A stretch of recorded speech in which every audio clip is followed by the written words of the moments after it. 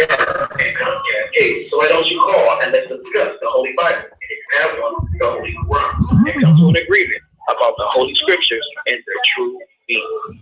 So tune in to a scriptural discussion with the Son of Man every Sunday at 12 noon, right here on TV 33, FM 88.1 WHPR, and Comcast Cable. You can call in live on the air at area code 313-868-4336, 868-0342, and 868-0351. Of course, the area code is 313. Yes, 313-868-4336, 868-0342, and 868-0351. And now let's go live to the scriptural discussion of the Son of Man.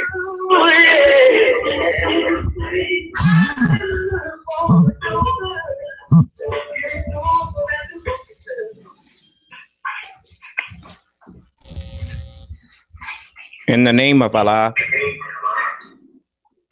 the Beneficent, the Most Merciful, the Truthful, and the Most Just. I greet all of you once again who within the sound of my voice with the greeting words of peace from the Lord of the worlds. May Allah's peace be unto you all.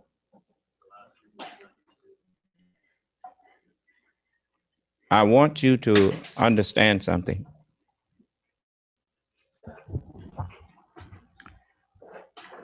Many people think that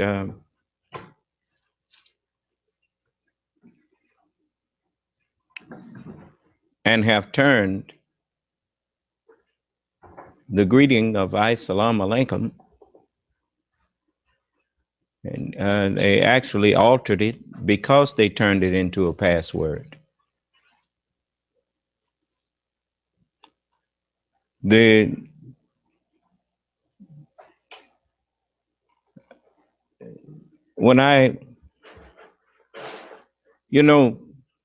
Since Allah, God,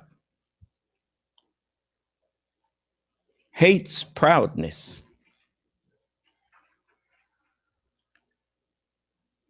then even as I corrected the greeting and reminded you that since there's only one author of peace, it is an empty gesture for you to simply say,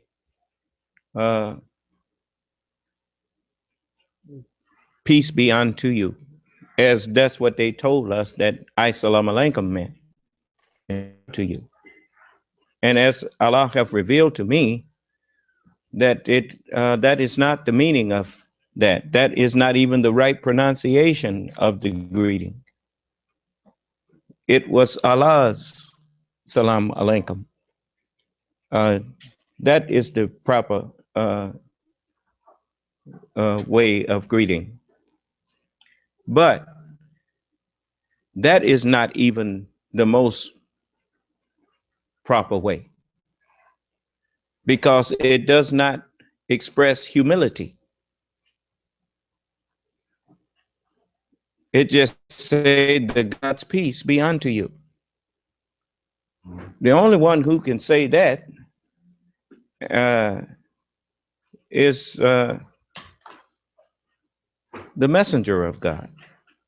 And even then, he has to be careful and speak in humility. When I ask the people, what is the, as I told you before, you heard me ask, how do you say may? As in, may I have a cup of coffee? May Allah bless you with a peaceful night's rest and a happy and peaceful morning's rise? May I have a glass of water? That may. For and even to this date, all of these people who call up with their hatred and anger and their so-called religious uh, expertise. You notice no one ever gave me the word may, which explains the arrogance of most of those people who come here from foreign countries. How can you practice humility when you don't even have a way of speaking to help you practice humility?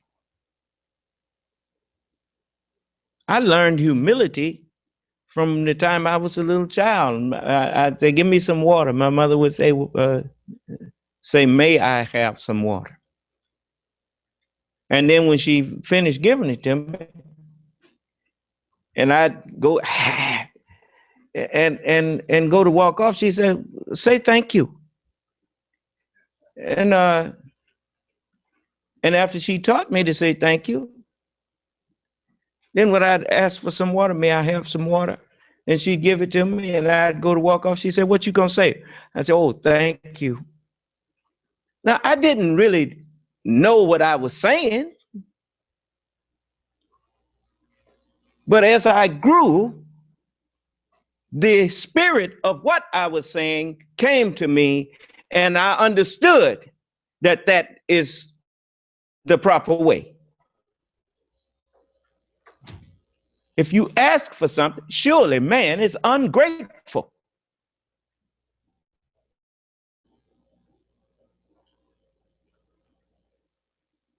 Don't tell me you're not ungrateful.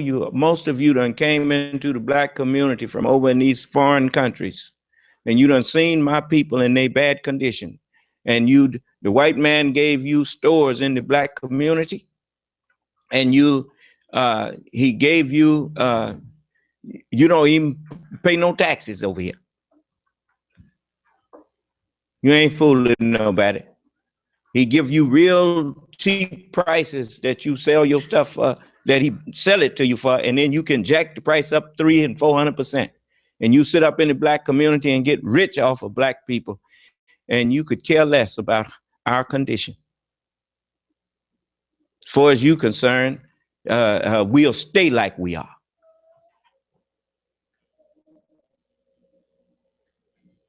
Oh, you thought that you was hiding? How can you hide when you're doing something right out in the open? Unless the one that you call yourself hiding from is blind, deaf, and dumb. Well, I once was blind, but now I see. And he, Allah, has opened my ears and made me to hear. And he has told me, son of man, go and speak to them with my words. I'm no longer blind, deaf, and I'm not dumb.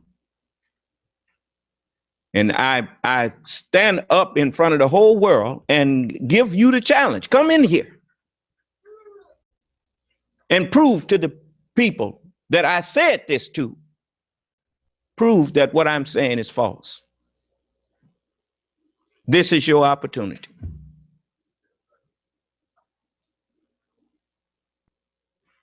You got rich off of my people, off of my people's poverty. You got rich. You would think that you'd have been grateful. You'd have thought that, well, look, since I'm putting all these businesses up and getting so rich off of them, the least I could do is fix up the sidewalks in their community and put some trash cans out there and help get the streets paved and whatnot so that their community will not look so bad. You don't care because you know we don't know no better. You go out to Arlington Cemetery, them people who live in that, who resting in that cemetery, excuse me. Them people who resting at that can't get up and do nothing for that, the appearance of it. But those who put them there, they keeps it manicured and looking nice. I guess they say that's the least we could do since we put them there. The least you could have done, since you put us in this poverty-stricken condition, was to put us in manicure and fix up things in our community that you know you never taught us how to fix up. You put them black people over there in Liberia from America. Those are America's slaves. They put them over there in Liberia, just dropped them off and left them.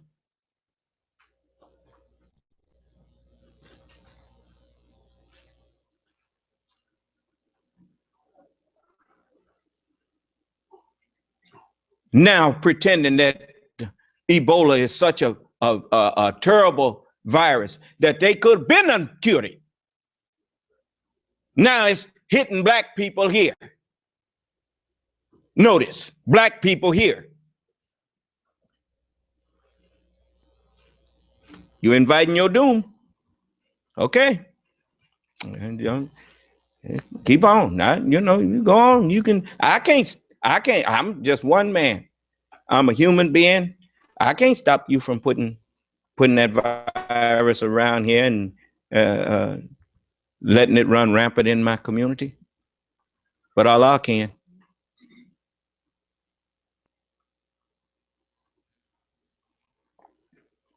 Yes, sir. Yes. Remind me before I get on the word pandemic. Pandemic.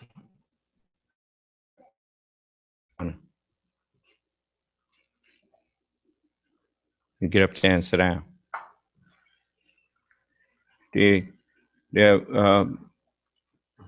A pandemic is what the bubonic plague was. Is what whenever you got something that an epidemic that's not localized specific continent, but has jumped from one continent to another, then they call them pandemics. It's just like when they use the word Pan-African, it's talking about black people all throughout wherever. Do you understand? If some of you, now understand something, I don't profess to be a medical doctor. I only go by what I heard and learned from paying attention to those who were medical doctors. And when different things that happen in their profession. And I heard them describe pandemics as that. Do you understand? So, the problem with most of us is we like to make ourselves appear smarter than we really are. And because we like to be looked up to. That is the very nature of the proud mentality. The mentality of the humble, the mentality of the child, is that the child does not boast itself, but it boasts, my daddy said, my mama said, my brother said, my teacher said. Those that they look up to, they quote.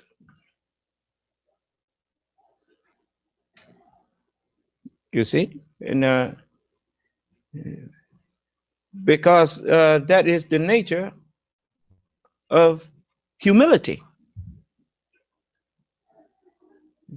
You don't have to try to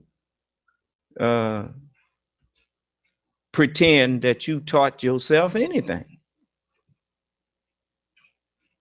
Because everybody who's human know the truth, that you didn't teach yourself nothing. If you don't believe it, you come, let's go by any nursery at any hospital, and you show me the ones out there that's teaching themselves something. Just looking there, you can see baby boy, baby girl, and you'll see that you didn't come here teaching yourself. And since I know I didn't come here teaching myself, it ain't no big thing to me for me to tell you so and so taught me this. I heard so and so say this. It sounded right. I've checked into it, and I couldn't find no fault in it. And I can even prove this, you know. And if someone can correct something that I said on pandemic, this is an open forum. Come in here and straighten us out, because I might have heard wrong.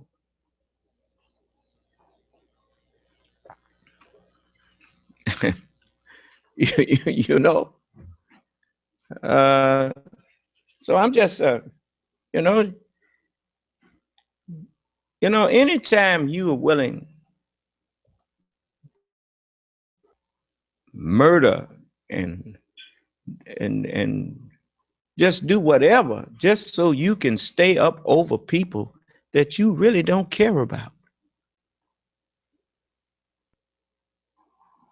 Didn't America, the founding fathers, come into existence because they said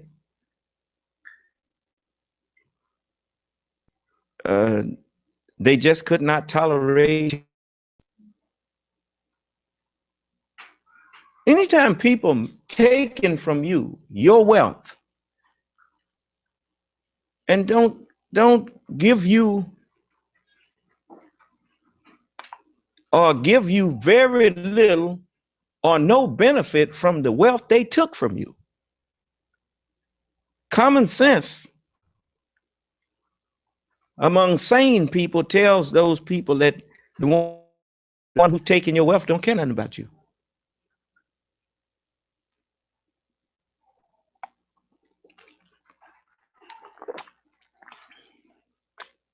The founding fathers of America threw that yoke off. It was called the Revolutionary War. Huh?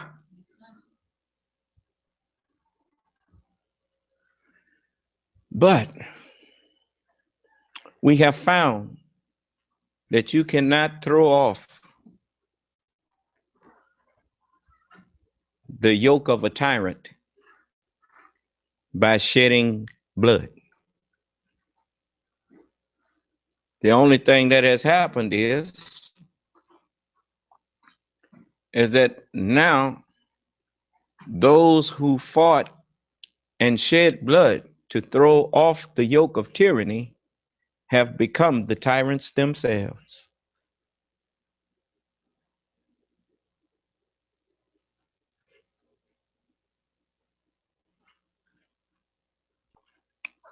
I mean, for instance, you murder our people, and then every now and then you sentence somebody like you did this man that killed Jordan Davis. Was his name Michael Dunn? Sentenced him to life in prison without parole.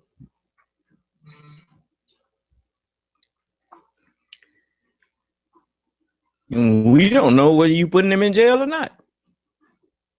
That's just something you told us in the public. We don't know if you really put him in jail. We don't have no way to verify if he's being kept in jail. But what you told us. So, I mean, I understand that I'm not free. How can a man that was enslaved for 450 or more years counting and still counting, how can he claim he's free when he looking at people who are free and he's not equal with them? We don't have no land that we can call our own. And another man who is actually the same man who held us as slaves is still holding us now after we supposedly are free. And we don't relate to that.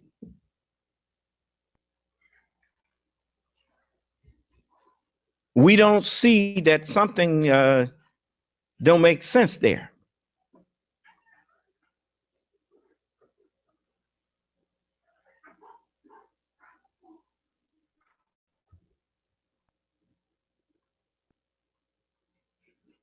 Even what I'm saying to you right now, you would like me to shut up.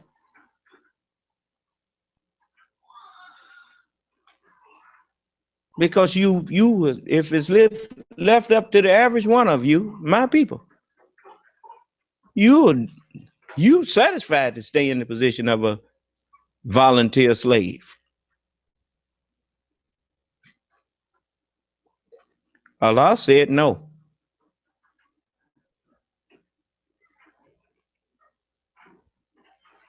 So, as long as there's breath in me, I'm going to work day and night to free you and me. I'm not going to hide from these people who hate us. As the messenger said, the white man hates your very shadow.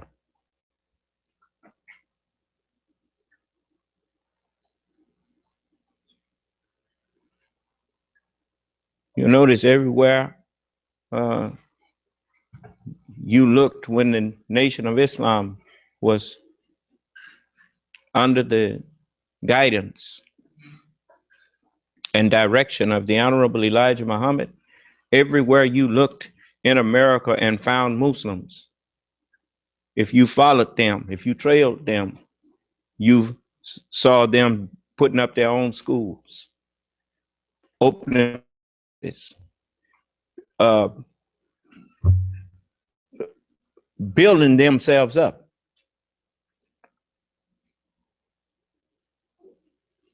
Lifting themselves up out of a poverty-stricken condition. As the messenger said, you know, your shadow follow you everywhere you go. What you thought I was talking about, hate your silhouette. He was talking about the things that followed when you became a Muslim. He hates your shadow.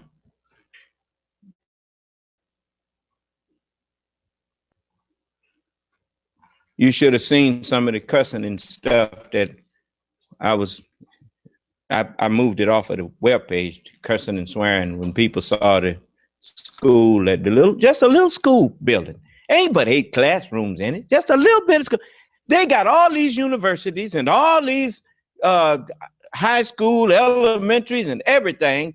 And he hate to see us with an 8-room school building that's decent.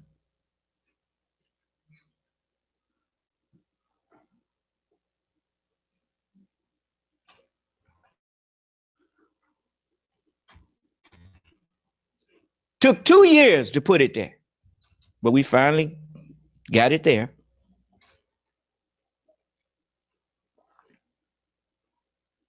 And then he come on there, cussing going on.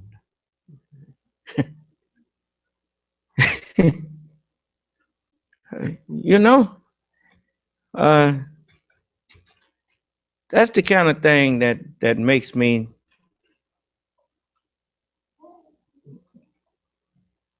not want to forgive.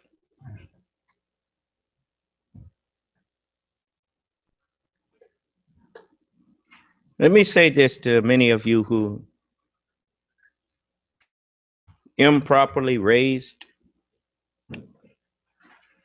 You know, whenever you taking a vehicle that General Motors or Ford or Chrysler manufactures, they give you an owner's manual,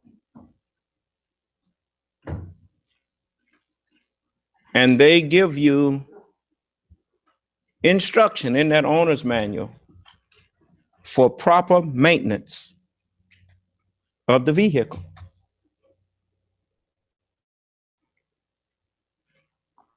And as if you notice, they got an advertisement that come on. They be selling cars, and it says, "Show me the Carfax." You remember that one? People getting smart now. If you buy an old car, if you buy a used car, especially a Mercedes, a BMW, a Vet, that car is worth much more if the history of the maintenance was kept up on it. Is that right, brother? I ain't asking no ignorant man. I'm asking the man who certified in all 8 areas of automotive technology. And I know that when it's just like when we went there back in '97 and got a 93 Corvette, that Vet that you see me driving. The maintenance record was with it.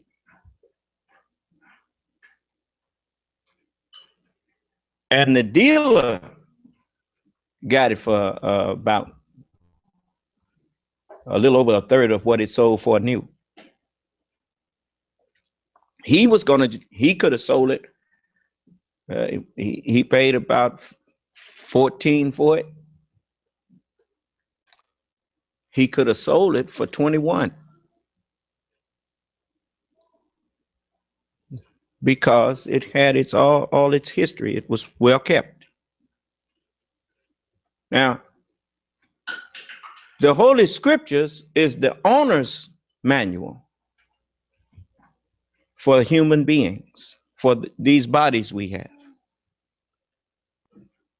You made me have to go into this because I see so much detrimental things, so many detrimental things happening to human beings because their parents and now themselves are not obeying the owner's manual.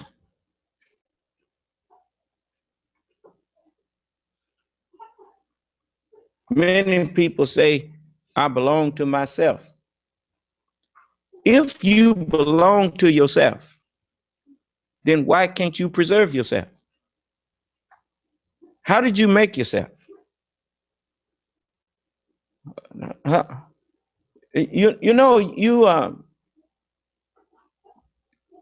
Have you thought about where you would be since you're so independent? You have a refrigerator in your house? Most of us do, right? You know how to make one? Mr. and Miss Independent. You have electricity? You got your own power source. Even the clothes on your back, did you make them? You're not as independent as you thought, huh? You're not as self-sufficient as you think, huh? man collectively is self-sufficient in that sense. Even those who brought you the word were men. But they had a different title than you. Their title was God. The word was with God.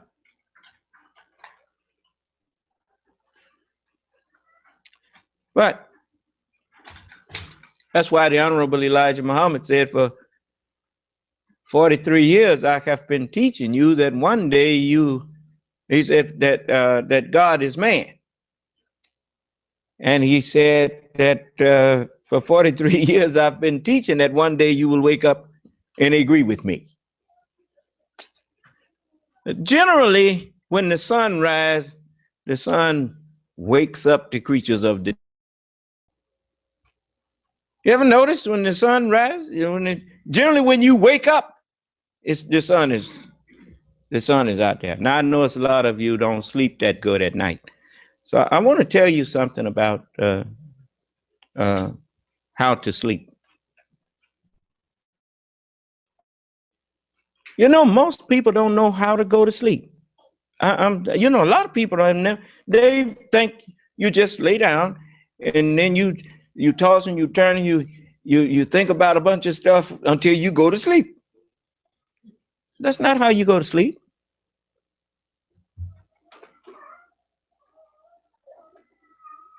Even when I was a little boy, I used to hate to sleep with my daddy because he wouldn't let me. I'd be turning it. He said, "Be your rump still." And I remember that from a little bitty boy. And but he knew how to get sleep to come.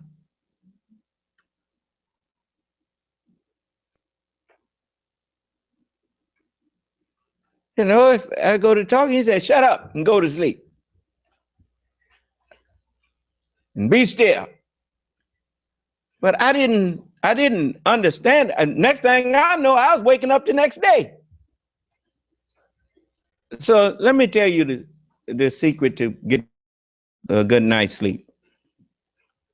All that stuff you left undone during the day.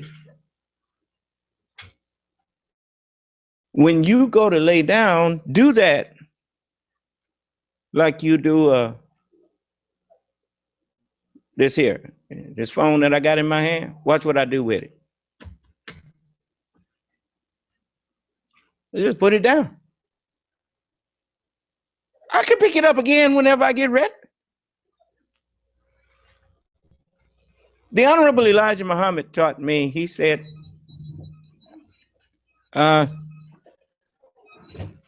a Muslim always knows what he is doing and why.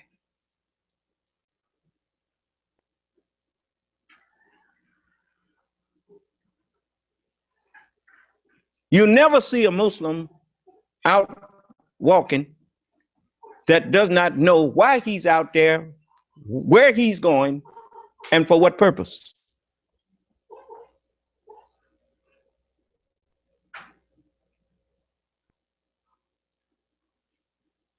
It's kind of like I remember when I was looking at, I know that the rulers of America were listening to the Honorable Elijah Muhammad. I saw that in the movie Star Wars when it first came out. I remember when they was talking about when Yoda was talking to Luke at one point. And remembering Ben, and Ben and Yoda was talking. Yoda told him, he said, "I can't teach him." He said, always his mind off to the future. Never his mind on where he is and what he's doing. And Yoda You know, that's the way children are. You have to make them focus. An empty mind is a very inquisitive mind because that's the nature of the mind. When they don't, what you don't know, you're curious about. So what appears to be, the devil, he makes evil fair seeming to you. So rather than tell you the way you get your child's attention. Now, I'm not telling you that there are some children who don't have mental issues. But you ain't never seen so many children with ADD, attention deficit disorder. And if you want to trace attention deficit disorder back to its roots, see when it started. When did they take corporal punishment out of the school? That's when ADD started. You'll notice, I'll show you an example. You saw my son, he was getting ready to go all over, and all I had to do was tell him, hey, you get over there and sit down. Well, what if he didn't think it was some consequences to that? He wouldn't have paid me no attention. Attention deficit disorder. That's what it been. That's what it is. I challenge any of these white people that's been standing up there telling you all that foolishness, making evil fair seeming to you. They ain't coming in here to discuss it with me. Why not? He don't mind getting on CNN talking about it because he's both sides of the conversation. You understand? But somebody who can talk back to him, he don't want to talk to.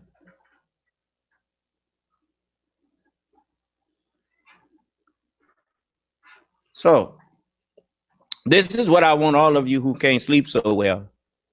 This is what I want you to practice. Now, let's go for you white people too. All people. If you want to go to sleep at night, what you do, you know how you sitting in them chairs right there? You couldn't have sat in that chair if you hadn't relaxed your muscles enough for yourself to bend and go on and sit down. Once you sat in the chair, you notice relaxed your legs. But you do all of that unconsciously. Let me show you an example. Take your hands and do like that. Now press them against each other as hard as you can. Now relax. That's an example of relaxing.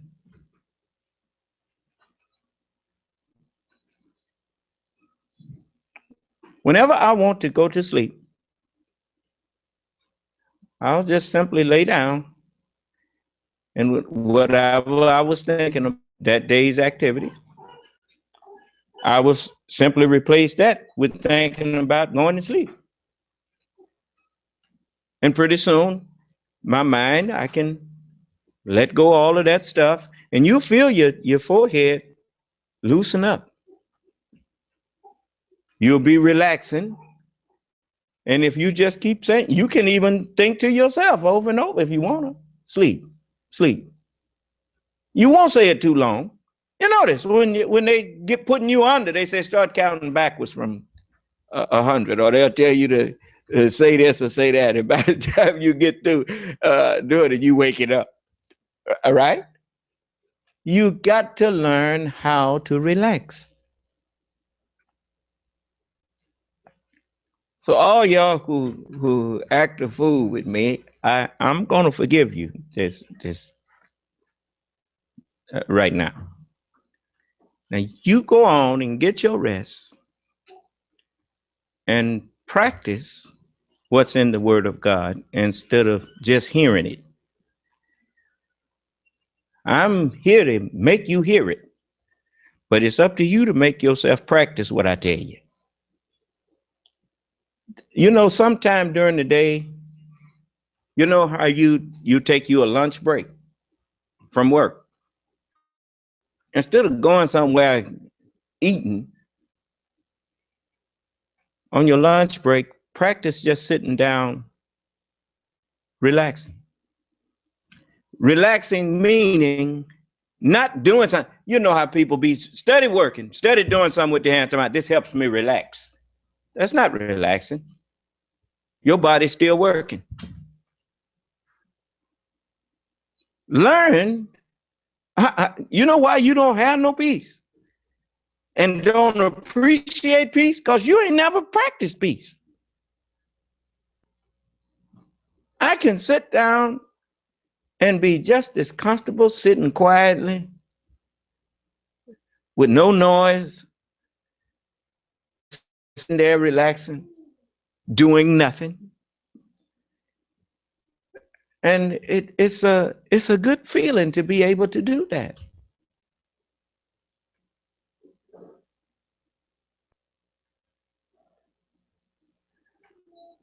If you practice relaxing, you will begin to understand the value of peace.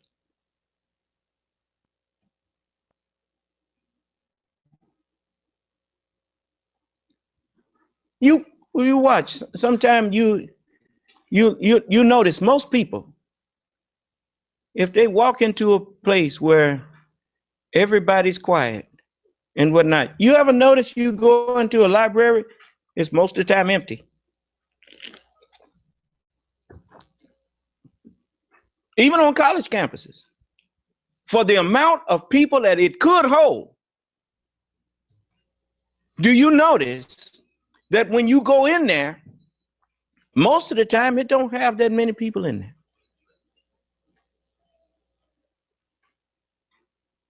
You know why? Because they can't make no noise. Most people they grow up. If you grow up used to just making noise all of the time, you don't grow out of that unless your parents help you by guiding you.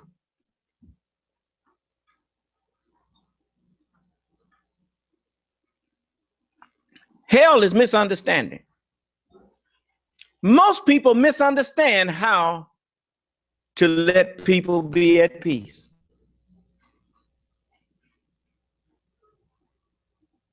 You know, most people don't even look at people when they're talking to them. They come in there, how you doing? And they don't even wait to be told how you doing.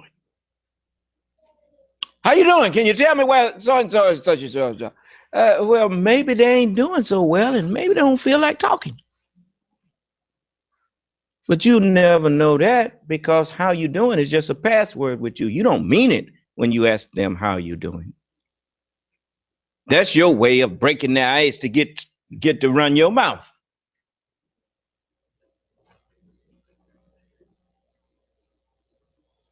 All of us guilty of it.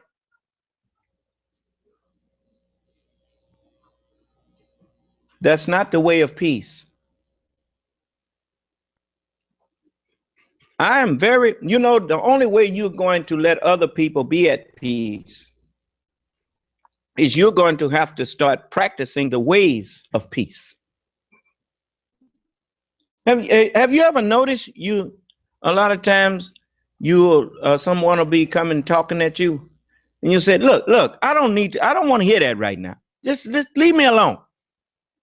You ever said that to a person?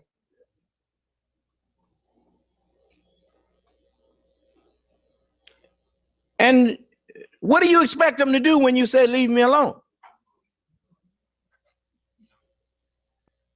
Well, if they had really looked at you and saw your demeanor, they probably, if they cared about you, anything I can do to help? Is something wrong? Is anything I could do to help?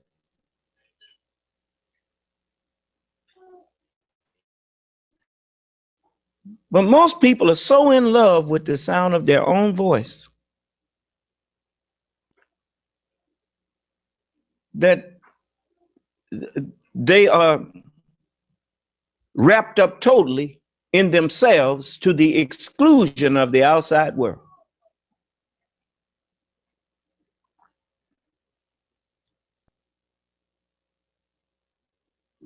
Always remember, the way of peace is to do nothing to anyone that you would not have done to yourself.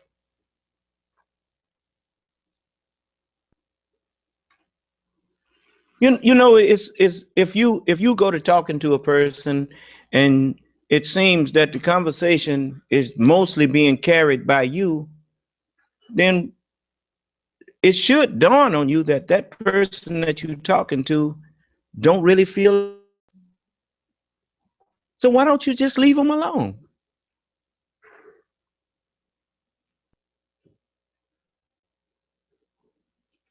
If you find a person at peace, why you break their peace? Leave them in peace. What is peace? Be real quiet.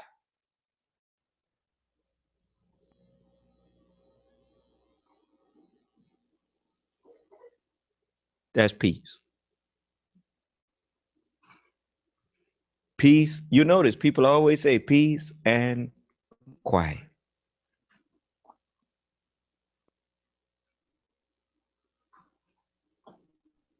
Naturally, if you used to being in commotion all the time, the peace don't seem attractive to you because you ain't never experienced it. But once you experience peace, I promise you, you won't think there's any other habits that you can practice that's more fulfilling than peace. Above all of man's habits, peace is the most satisfying of his life. The Honorable Elijah Muhammad taught me that. That's in his sayings.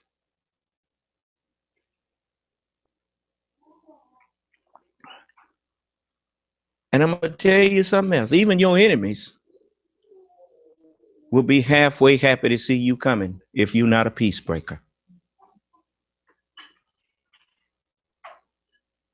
Don't nobody like to see somebody coming that breaks their peace.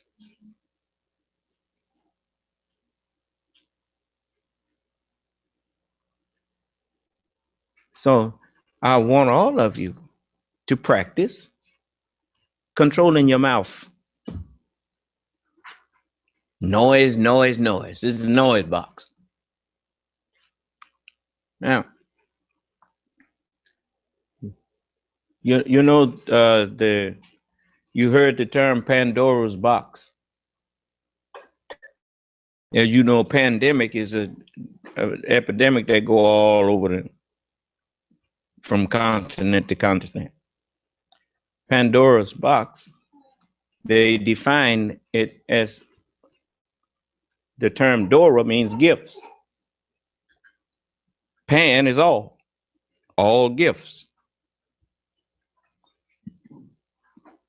So you notice with every talent or gift,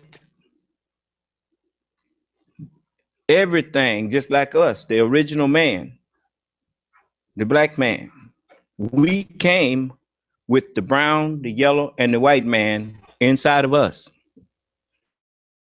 And even the knowledge, as I was telling brother, that you know, they hear me defending white people sometimes. The white man ain't even responsible for his own evil. We put that in him. We taught him that. I'm not talking about you. I'm talking about the scientific community of black people. We the one taught him that. Even when Moses raised him up out of the cave, Moses taught him some of the black magic and stuff like that, stuff that Yaqub had gave him so that he could be what we made him. And he was told that that curse was going to remain on him until the day of judgment. Go sit down, girl. Until the day of judgment. It's time that he find out that even though his mind is devil, he's just a man. That's that knowledge that you have is what makes you act like you act. If you don't like the way a person is acting, you have to change, and that's making them act like that. So it's not a one of you that can't change. Change the mind, you've changed the person. You notice you do it every day and you don't even pay any attention to it. You'll be going to when is the next graduating class? It's the fall graduation. Has it happened yet? Don't you have a fall graduation in the December? You're going to be graduating doctors, lawyers, engineers from the school of law, the school of medicine, the school of nursing, the school of that. Was there a nurse before? What changed them into a nurse? What changed them into a doctor? What changed them into a lawyer? Well, what changes somebody into a devil? You can change them back. We shall all be changed in a moment,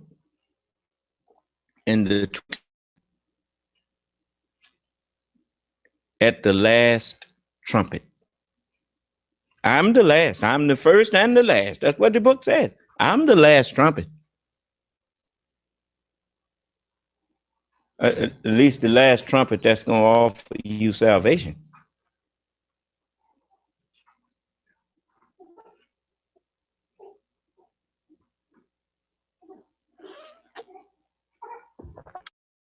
One that thinks that I'm misleading people, I welcome you to come in here and point out what it is that I'm saying that is not true. And I will pay you $20,000 if you can show that what Allah has given me here to say is false.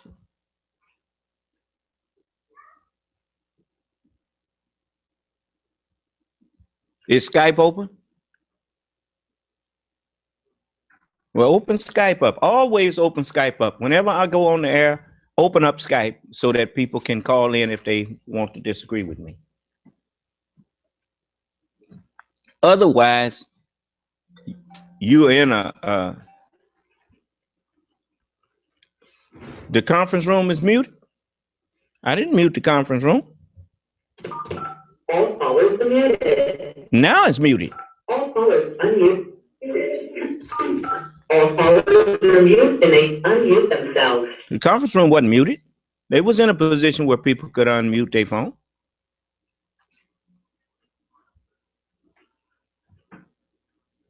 You know, don't use that as an excuse. I checked that before we got it even started. I didn't mute the conference room.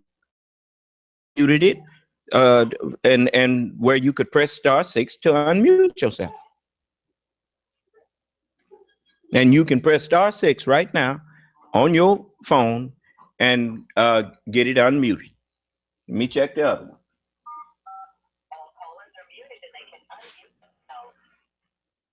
Okay. All callers are muted and they can unmute themselves.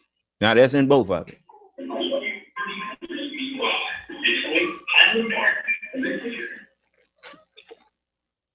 Now, any of you that have some tapes from me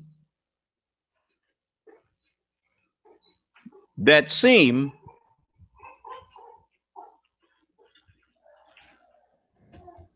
hurry up and then get back. Any of you that have some tapes from me that seem to find me contradicting something that I said, if you give them to me, I will play them and let the people hear it. Why? If I can play tapes that may sometimes show that other people are contradicting what they said they believed, then should not I be willing? They got something that on me to play it, or at least let them play it, right? Sauce for the goose is sauce for the gander. I mean, ain't nobody immune to the judgment.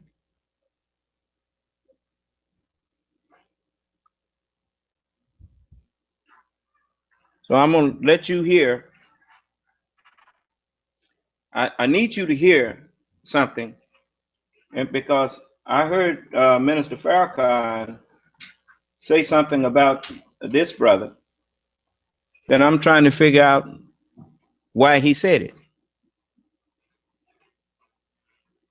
Why would he say it after hearing this brother here? So I want listen to this, and then we're gonna play something else.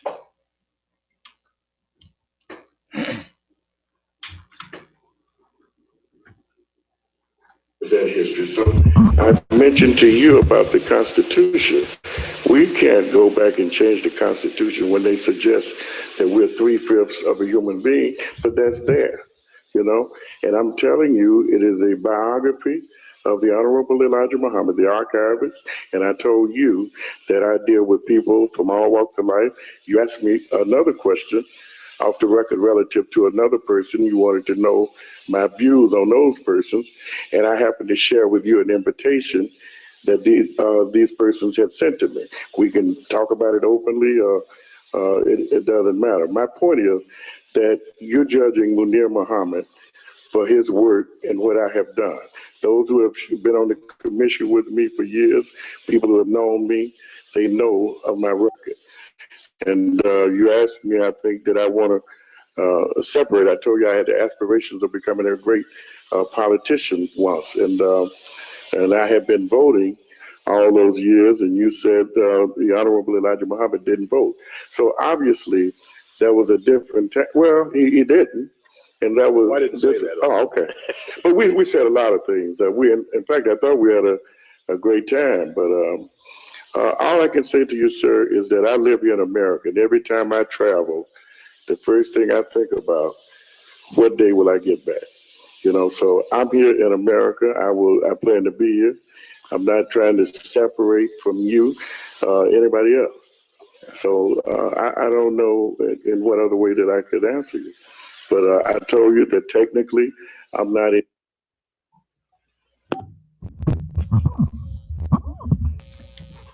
So, I mean, the brother have a right to his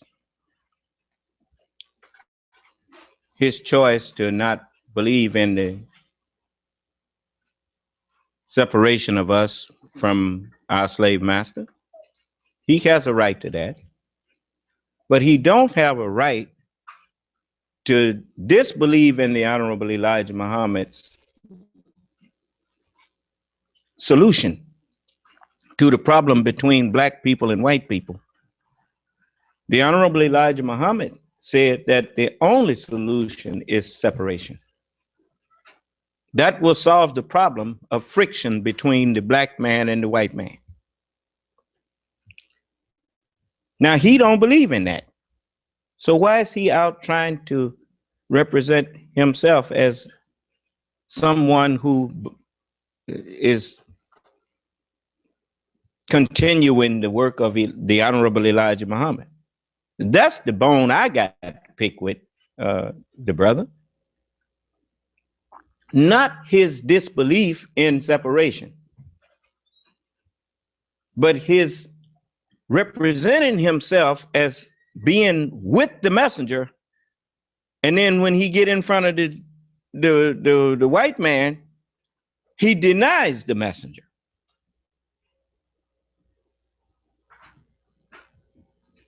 You can't say you believe in the messenger if you don't believe in what he taught. And that's why I was curious. I mean, if I saw this, I would have thought that Minister Farrakhan would have saw it too. So I want you to look at this. On the line, and you'd love to talk to him, but you just, as we did the first, we had an opening statement, sir. This is a second go around, and I like your smile. You're having a good time. You fired up, but that's okay.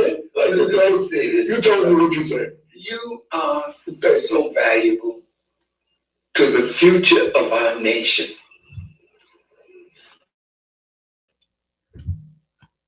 How is he valuable to the future of our nation and he don't want no nation?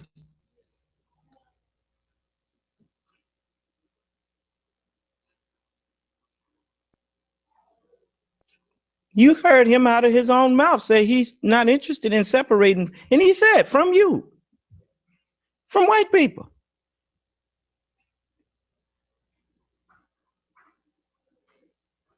But you can't say, I'm not interested in that. I ain't got my children in a school. We raising our own children.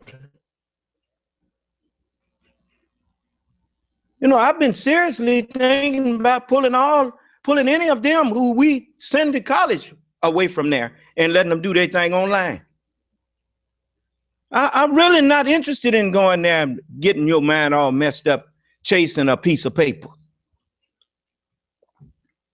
You put more stock in the piece of paper than you do the knowledge that you're supposed to be over there getting.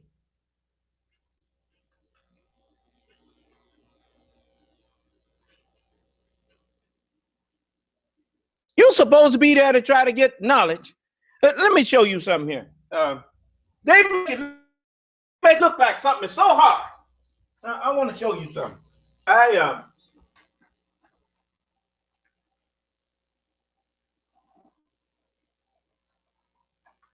That's the goal for us, you know.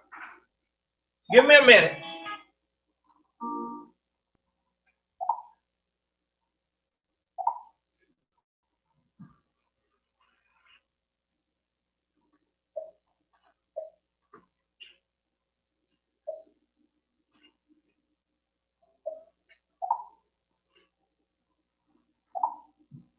That she felt funny, but didn't show any specific symptoms. Just give me a minute. I'm looking for something here. I want to share this with you.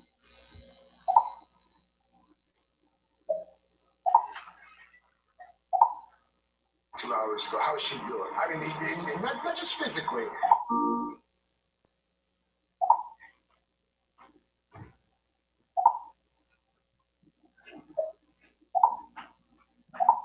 There's so much going on. 1-888-ZEROTO. Yeah. She's found in her journey to find those best.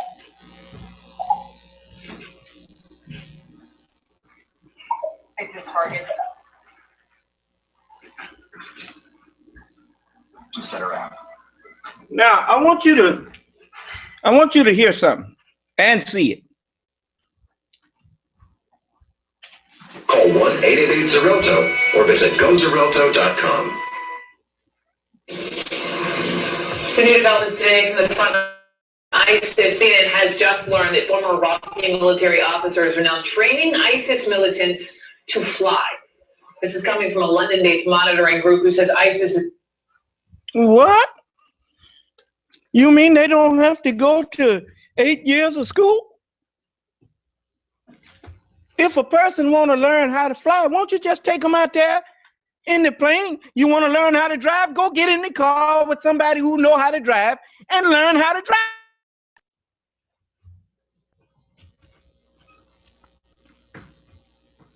Now here ISIS getting a crash course in how to fly. See how they do us?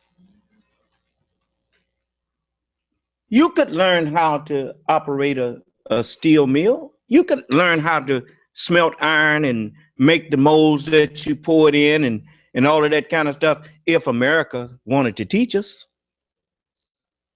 Them people in Liberia, they could have factories and stuff. They wouldn't have to be shipping all of their rubber over here to America for pennies when they could be making tires over there and shipping tires over here. Huh? But nobody wants to teach you and me. And most of our leadership, they pay off. If they can't buy them off, they kill them off.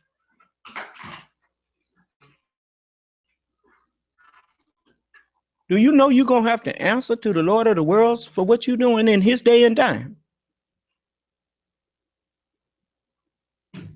You were told to stop your evil work after 6,000 years. I see some of you ain't stopping.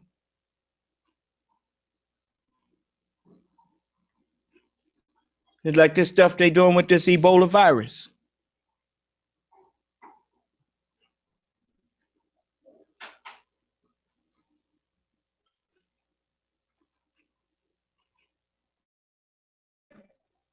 All right.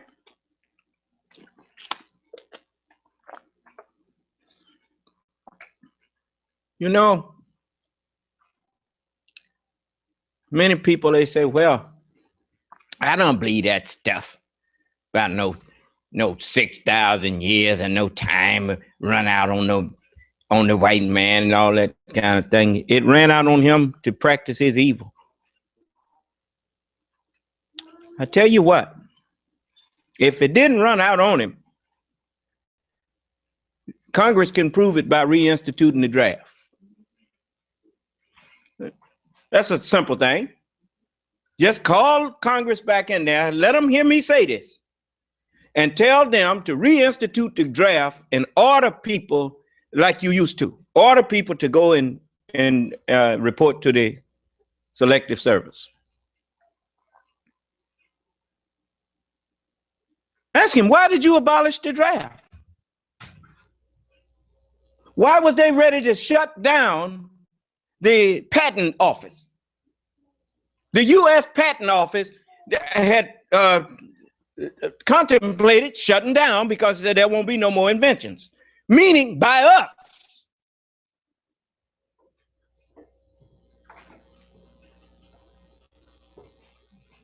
They knew their time had ran out. And just in case they didn't know it, turn to the book of Revelation, the 10th chapter.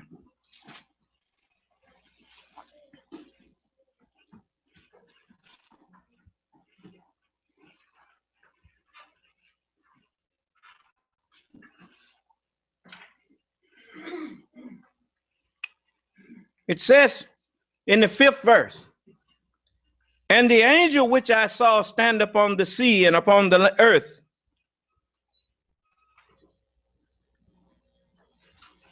You know, you ever hear people say that the future is fluid? You've seen that kind of thing? It's fluid. Water is fluid, right? Prophecy is fluid. They don't really understand it. It's not etched in stone in their mind. So to them, it's water. You understand? So I stand with my foot on land, on the knowledge of that's etched in stone, solid with them, on their world's knowledge, and on you notice, you can't stand on water, but I'm standing on it. You notice I don't speak of the scriptures and the prophecies as fluid. I speak of them as solid. I explain to them that to you, just like somebody, like a geological engineer, can go through the earth and explain that to you. Huh? I'm standing, both of them uphold what I say. So it says, and the angel which I saw stand upon the sea and upon the earth lifted up his hand to heaven. This is how we pray. It's like that, the Muslim. And he said, I don't do it like them people overseas, all them different positions. They don't know what they're doing. The prophet only showed them that no matter what your condition, you can still pray. If you can't stand, then you can pray sitting. If you can't sit up, you can pray lying down on your sides, but you can pray.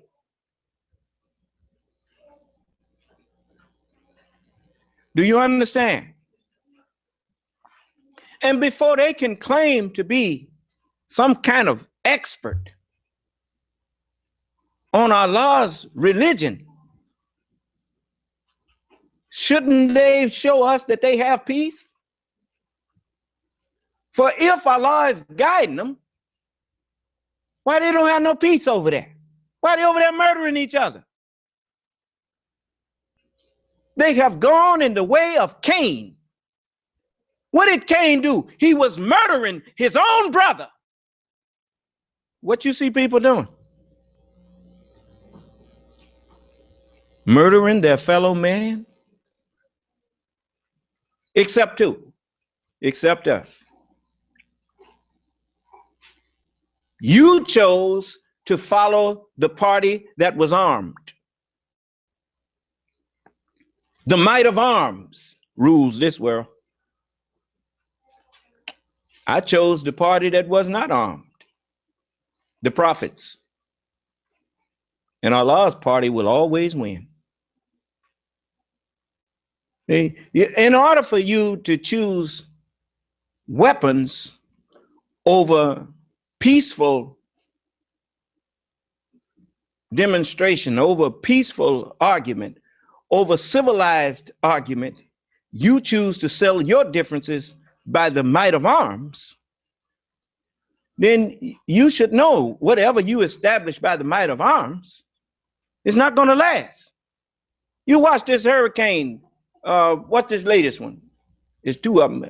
I don't know if the other one done turned into a hurricane yet, but the one that's over going to Bermuda, Gonzalo. It may go through there and tear up a bunch of stuff, but it ain't gonna last. It's gonna spend itself. And then what will happen after that, what will happen after it spins itself out is that it left a trail of destruction. Strong emotions always leaves a trail of destruction. Whenever emotions, the elements get in motion in an abnormal way, destruction follows. That's why we are taught to control our tongue, and he who can control his tongue can bring the whole body into subjection. It's sad that the wrong words start wars, and the right word makes peace.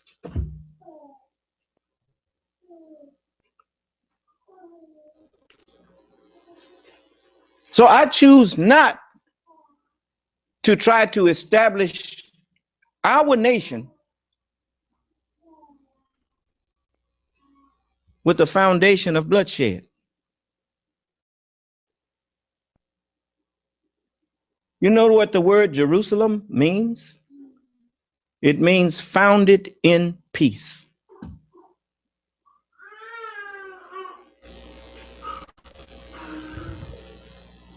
The new nation of Islam is not founded upon the premise of shedding a man's blood because I disagree with him or because he disagrees with me.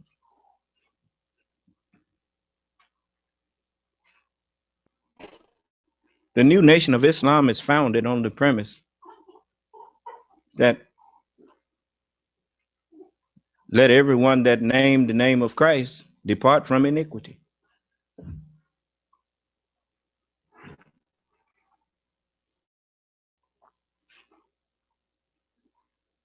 There's no compulsion in religion. It's like I told you, got these people running around here talking about you need to go after them and you need to try to teach them and all of that. No, you don't need to do nothing but invite them to hear the Son of Man. If you done did that, that's all you require. Worry about yourself. When you give them the number to the conference room, as I instructed you to do, and tell them that I'm here and that they should listen in.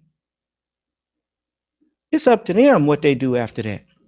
That's not up to you. Truth is only welcome among those who seek it.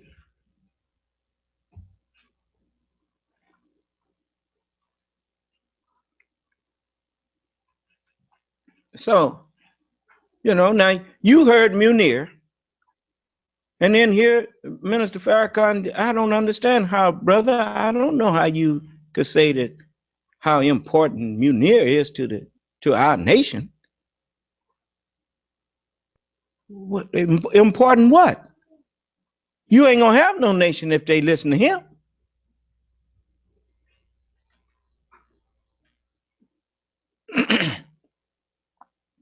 You ain't never heard the Honorable Elijah Muhammad deny what Allah revealed to him for no job from the devil.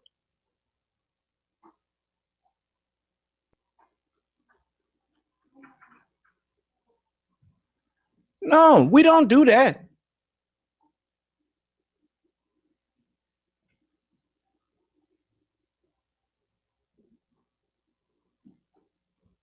So, I mean, there's one thing that I will say, that we don't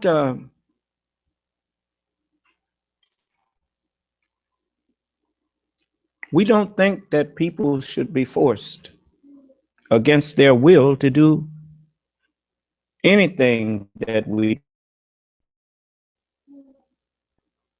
The only ones that you should force even against their will are children. Correct the child. Withhold not correction from the child. If thou beatest him or her with the rod, you take a switch to them, they're not going to die. What is the consequences if you don't beat them with the rod? They are going to continue to do that which is wrong, but right in their eyes. And they're going to get the reward of that. Every deed yields its reward. What is the reward of your deeds? Say what? The understanding that you get from doing it. What if you're doing wrong? You don't get right understanding from doing something the wrong way.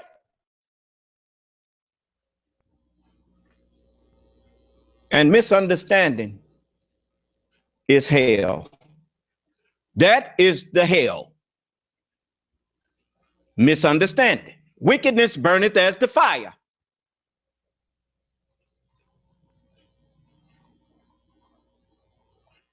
You notice. You ever heard somebody say your head hard as a rock? Where's your brain located? Actually, it's at the brim of your skull, isn't it? If you cut that skull and lift it off, right under that brim is what? That stone there that you call your brain, that hard head. Fire and brimstone. Wickedness burneth as the fire. What is wickedness? Anything contrary to righteousness? What is righteousness? The instructions for righteousness is the Holy Scriptures. Thank you that contradicts or that the Scripture told you not to do wickedness. That's why the Scripture says, I make peace and create evil. For once the way of peace is made, everything other than that way is evil.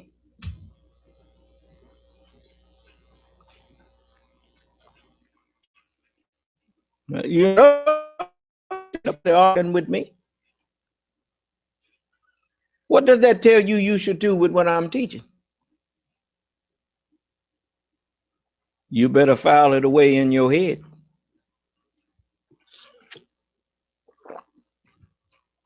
You know, usually people say, well, who to believe? You can't say that in here, can you? Because ain't nobody talking but me. And you know everybody, it's a whole lot of folks listening. But ain't nobody talking but me. The Lord is in his holy temple. Let all the earth keep silence before him. Why I say before him? Because when he go off, then they start running their mouth. They do it behind my back. They don't come in here to my face. I've invited everybody who left a post with a disparaging or negative or disagreeing statement on any of our videos. I had the brother, I said, invite them to come in and discuss it with me. And I would be more than happy to have that discussion with them. And if they don't pay attention to me, don't worry about the thing. They don't ever accept our invitation. Most people in this world are just as bigoted as they can be. Just full of bigots. Now, let me let you hear Minister Farrakhan in his conversation with Munir Samo, since we've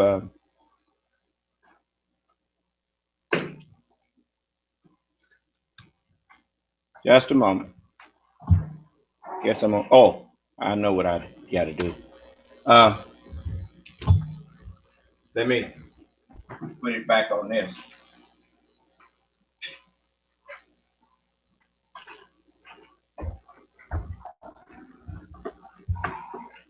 You see, what I will say to those in Liberia, you need to, and in all of the small nations that's struggling so heavy, those of you who are in charge of those nations, stop selling your people out just so you can live high. You notice in some of the poorest countries that you go to, they president or they leader living in a palace. He been bought and paid for.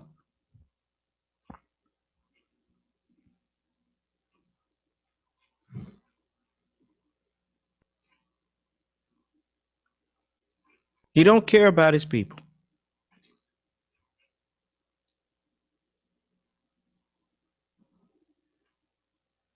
Well, the day for you being up over our people is done. Let me finish reading what this said in that 10th chapter.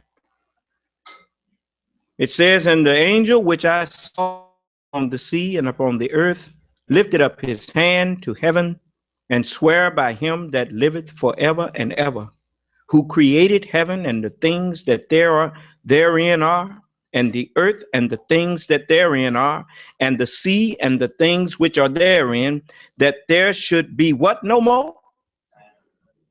Your time done ran out to rule us, man.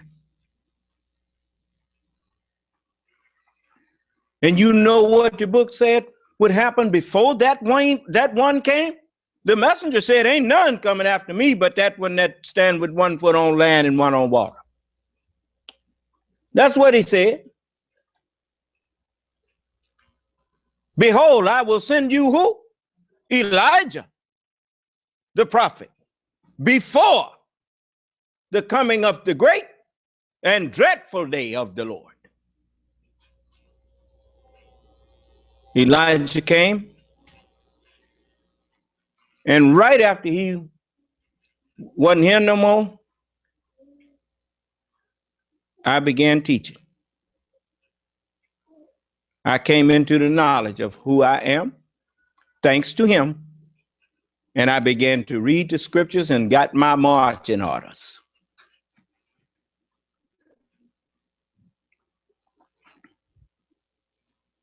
I got my orders in writing. Son of man, take the book and eat it up. Now go and get thee to the house of Israel unto him. That's all I've been doing.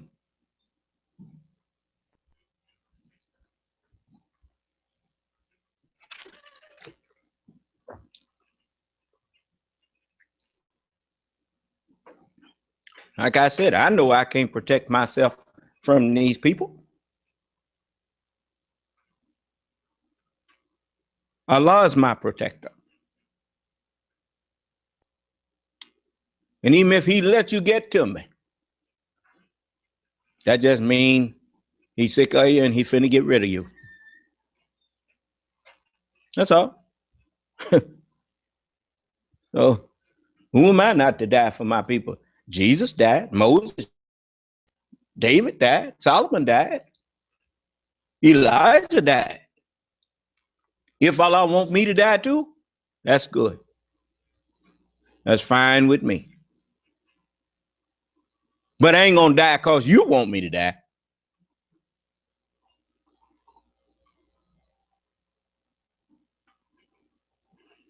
So I want all of you to remember. Jabril, go there and get that. Turn that other one on air because it's on heat down there, and the one in the kitchen too. And then set them for 73, just like that. Because this one is overworking here. So I want all of you safe. Make no mistake. The first thing that I do, even at some of the white people, it's not because I hate white people.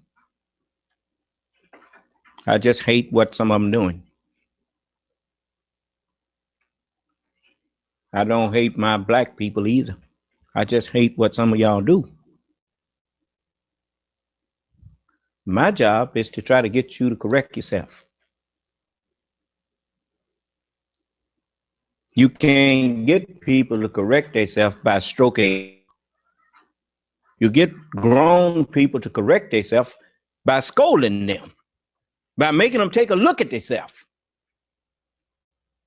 and letting them hear themselves. See, I'm giving you an opportunity to hear yourself in an open form instead of the devil's in your mind talking to you, making what you think fair seeming to you. You know how something in your mind, it seem okay until you let it out? Then somebody show you the fault in it. Huh?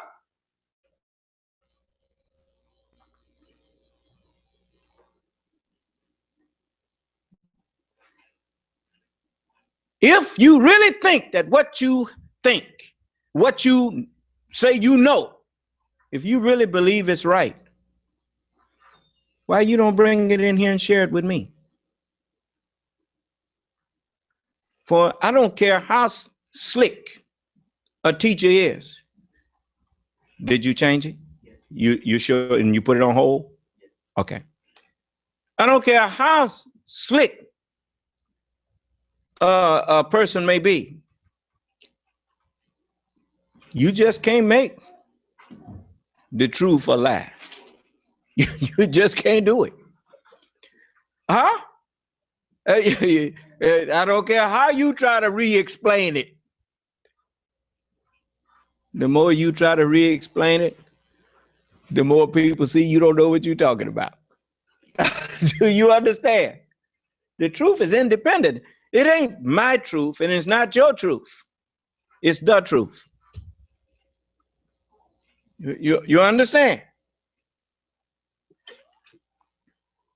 You notice people can't come in here and have a conversation about religion with me and use the term, well, you go to your church and I go to mine. They can't say that to me after I done showed them that their church ain't no church, that their religion ain't no religion. Huh? I'll show you an example. Turn to the Holy Quran, chapter 2.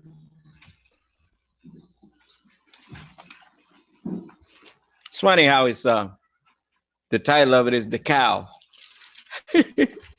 What was Moses' people worshiping before? A cow?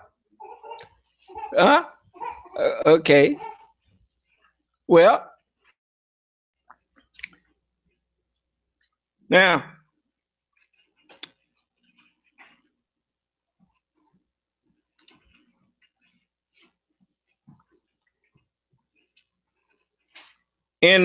let's start in verse 139.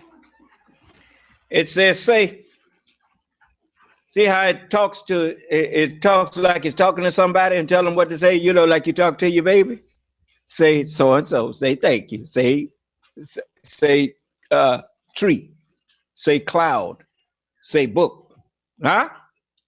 That's Allah talking to me here. He said, say, do you dispute with us about Allah? And he is our Lord and your Lord. And for us are our deeds, and for you, your deeds. And we are sincere to him. I told you that the scripture don't say the Son of Man comes alone. The scripture say the Son of Man comes and all the holy angels with him. Allah said, when I've made him complete, you fall down and make obeisance to him. Is that right? And that's why it say, and we are sincere to him. Right? Then it says, or do you say that Abraham and Isaac and Jacob and the tribes were Jews or Christians? You can't say that they was Jews or Christians. For the first time anybody was called a Christian was in Antioch. And you yourself admit that Abraham and Ishmael and Isaac was before Moses. Is that right? And you start talking about some Jew after Moses, and Moses never brought nobody no Jew. Now did it? So, what was they then? They were Muslim. They were ones who submitted to do God's will. You see?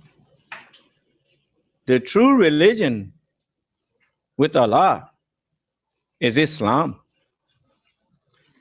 I'm the only one that can stand and get away with it. If them people overseas start talking about that, what they have is the true religion of Allah, the president of the United States already told them, ain't no God condone you murdering people. What did he say? And he's a Christian and correcting them.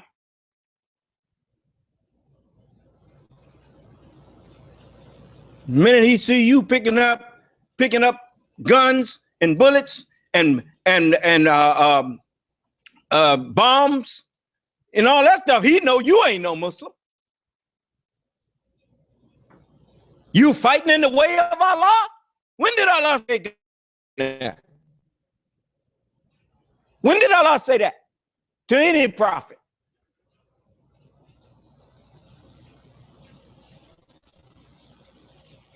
So he sent them to murder each other, to establish the religion by killing everybody that disagree. Is that what he did?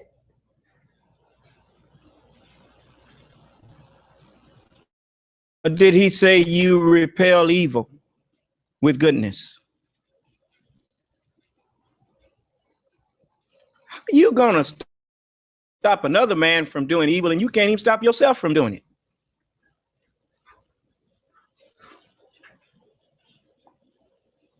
Got men boasting that they got men digging their graves, digging his own grave.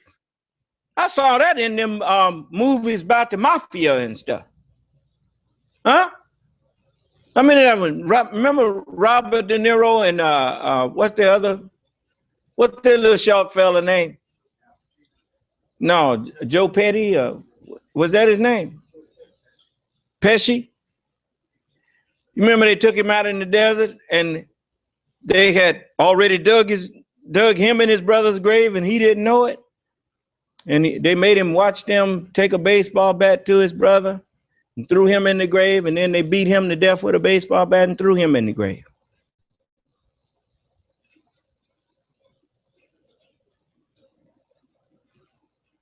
A man, a human being that could do that to another human being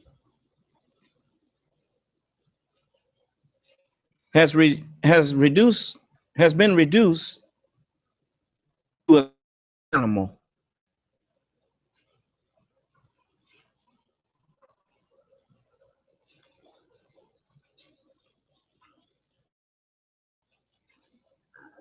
It's time for us to come up off of that level. It's time for all of us to turn our swords into plowshares.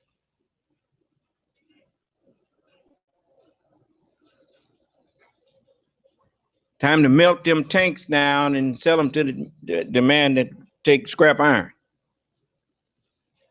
so he can melt them down and maybe make some usable tools.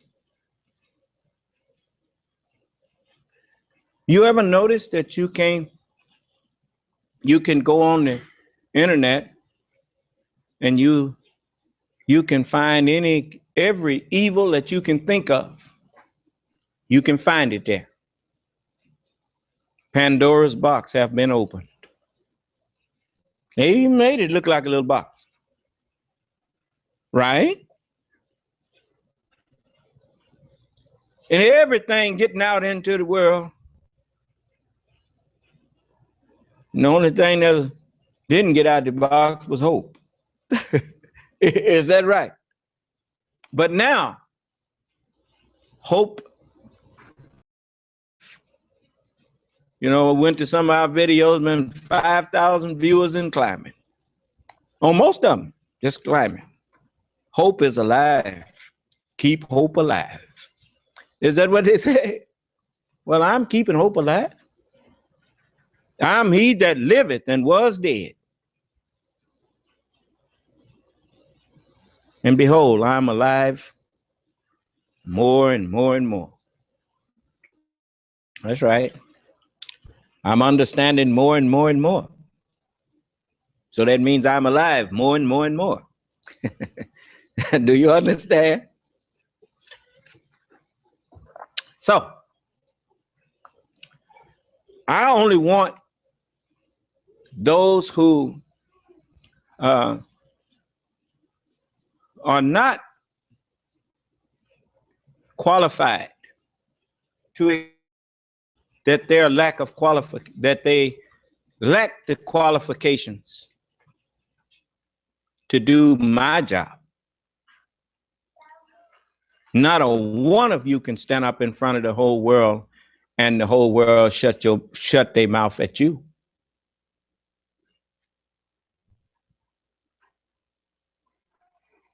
That don't mean that people wasn't gonna open their mouth. It means that once their mouth, they gonna finally shut their mouth. The only ones you will hear trying to argue with me now is somebody who ain't tried it before.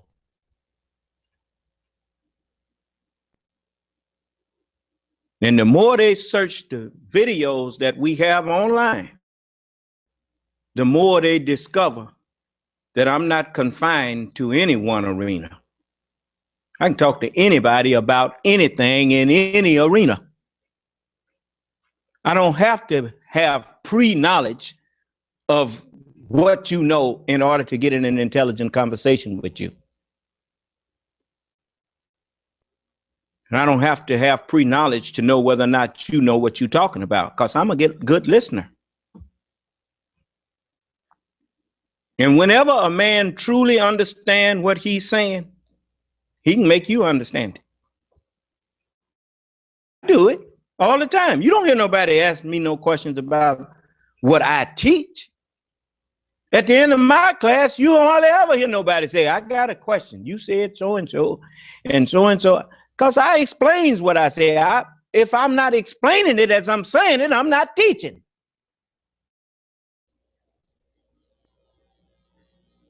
Y'all ain't been under no teacher. You've been under a programmer. The prince of darkness. He ain't gave you no light on nothing. Kept you in a world full of technology, and you don't know the first thing about the technology.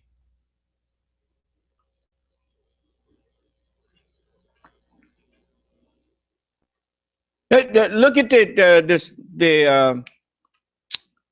me see, that Freon. They got 22, they got 12, 22, 30, 34? Now, what is Freon?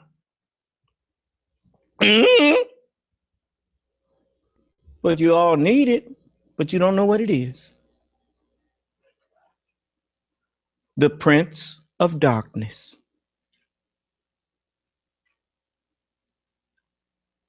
He keeps all of the knowledge. For instance, these fans up here, they have electric motors inside of them. What do you know about an electric motor? How to make one. GE knows. But you can't go to them. Do they offer that in your universities? Do they offer to teach you how to make motors? They teach you how to work on them. Maybe fix one or whatever. They don't teach you no root knowledge. Teach you root knowledge, then you can compete. That's against the very nature of capitalism, is to teach your customers how to compete with you. Right?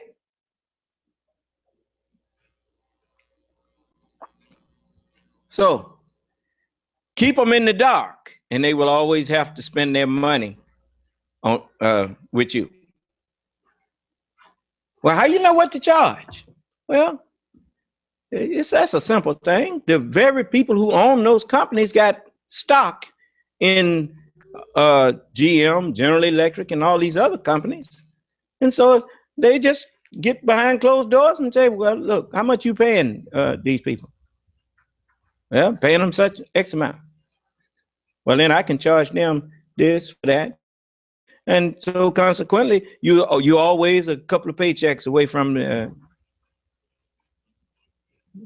the soup line.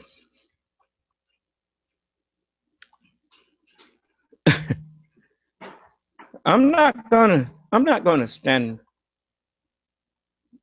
up and defend the world like that. Here we live in this great big universe, and we got these little. Let me. I don't mean to insult people. We got these people who. So strike what I just said. We done had enough of that too. Name calling. We live in an infinite universe, and we satisfied with finite progress. We are wise.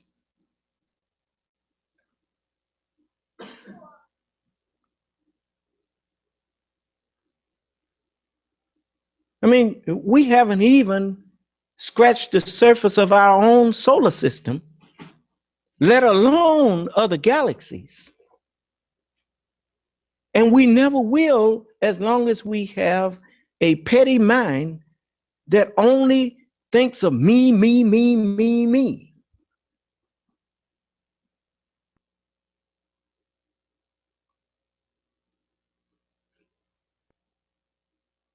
It's time for us to start, like that song Ben says. I used to say, I and me. Now I say, us and we.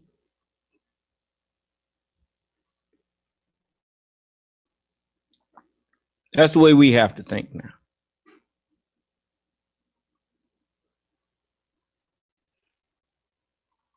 You all better be careful what you let Allah hear you say. If you following me, then you should follow me. And encourage each other to do the same.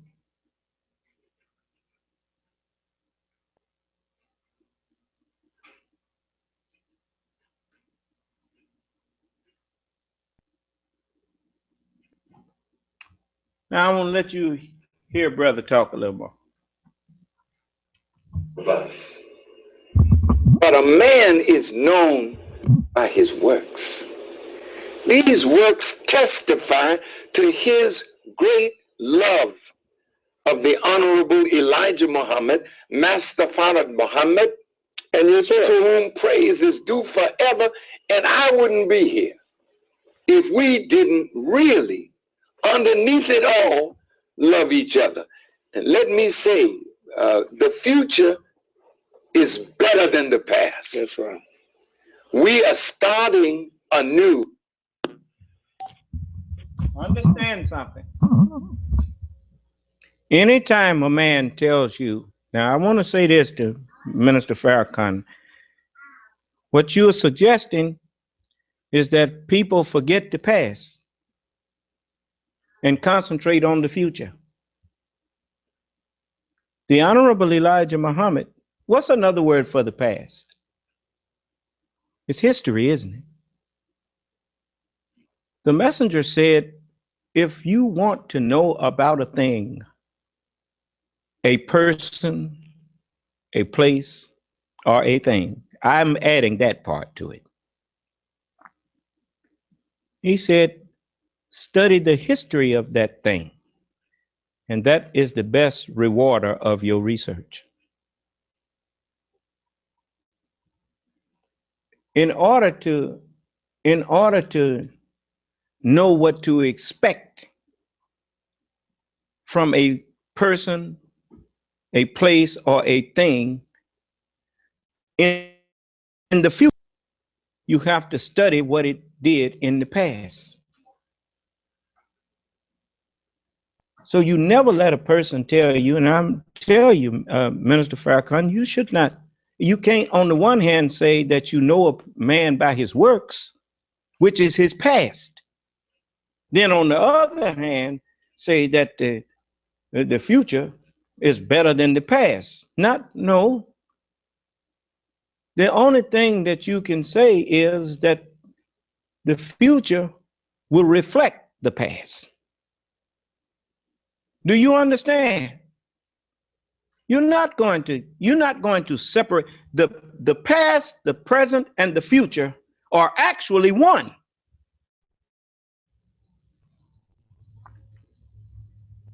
You don't believe me?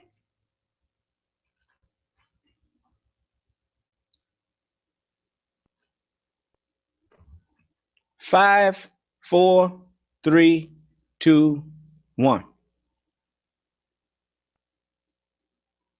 5 seconds ago,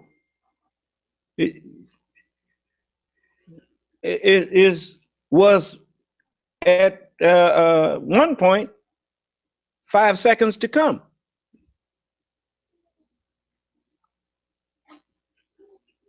The present is a reflection of the past, and the future is a reflection of the present, which will soon be the past. Do you understand?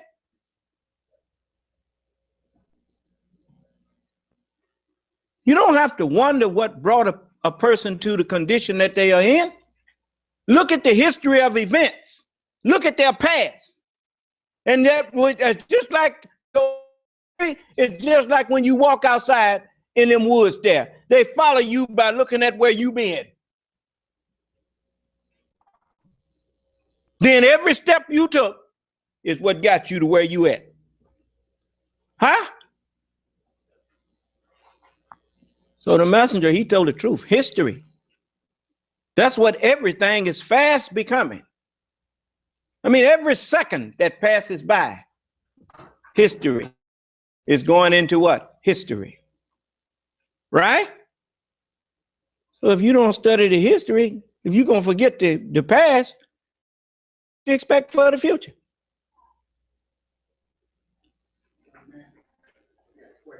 Yes. How do you reconcile that with the spoke of short about being changed? If you expected the person to be there, Expecting the person to relive their history. How do I expect that they were told in the Sabbath day they was to stop, rest. You didn't have no problem starting.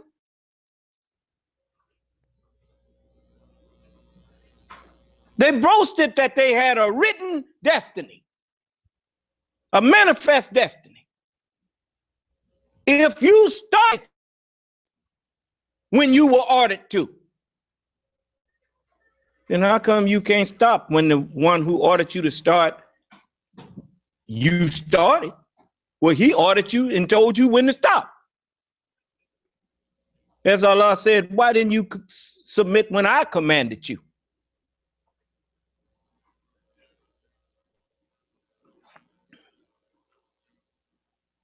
So, in the same way that we made them devils and ordered them to go. You seen Job over there? Go check him out. Go and try Jesus. Try all of them. But thou shalt not test the Lord thy God.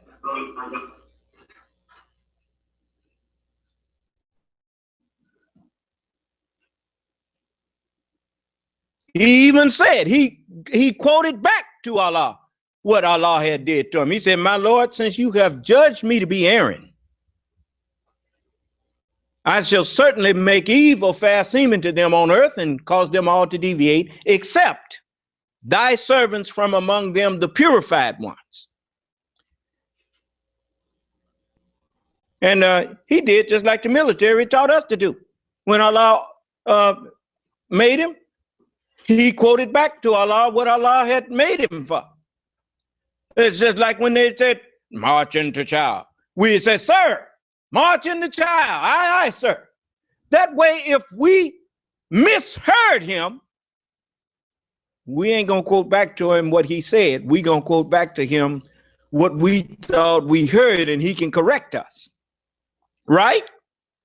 Iblis, he quoted back to Allah what he understood from Allah that his job was. He said, I'm going to make evil fair seeming to him.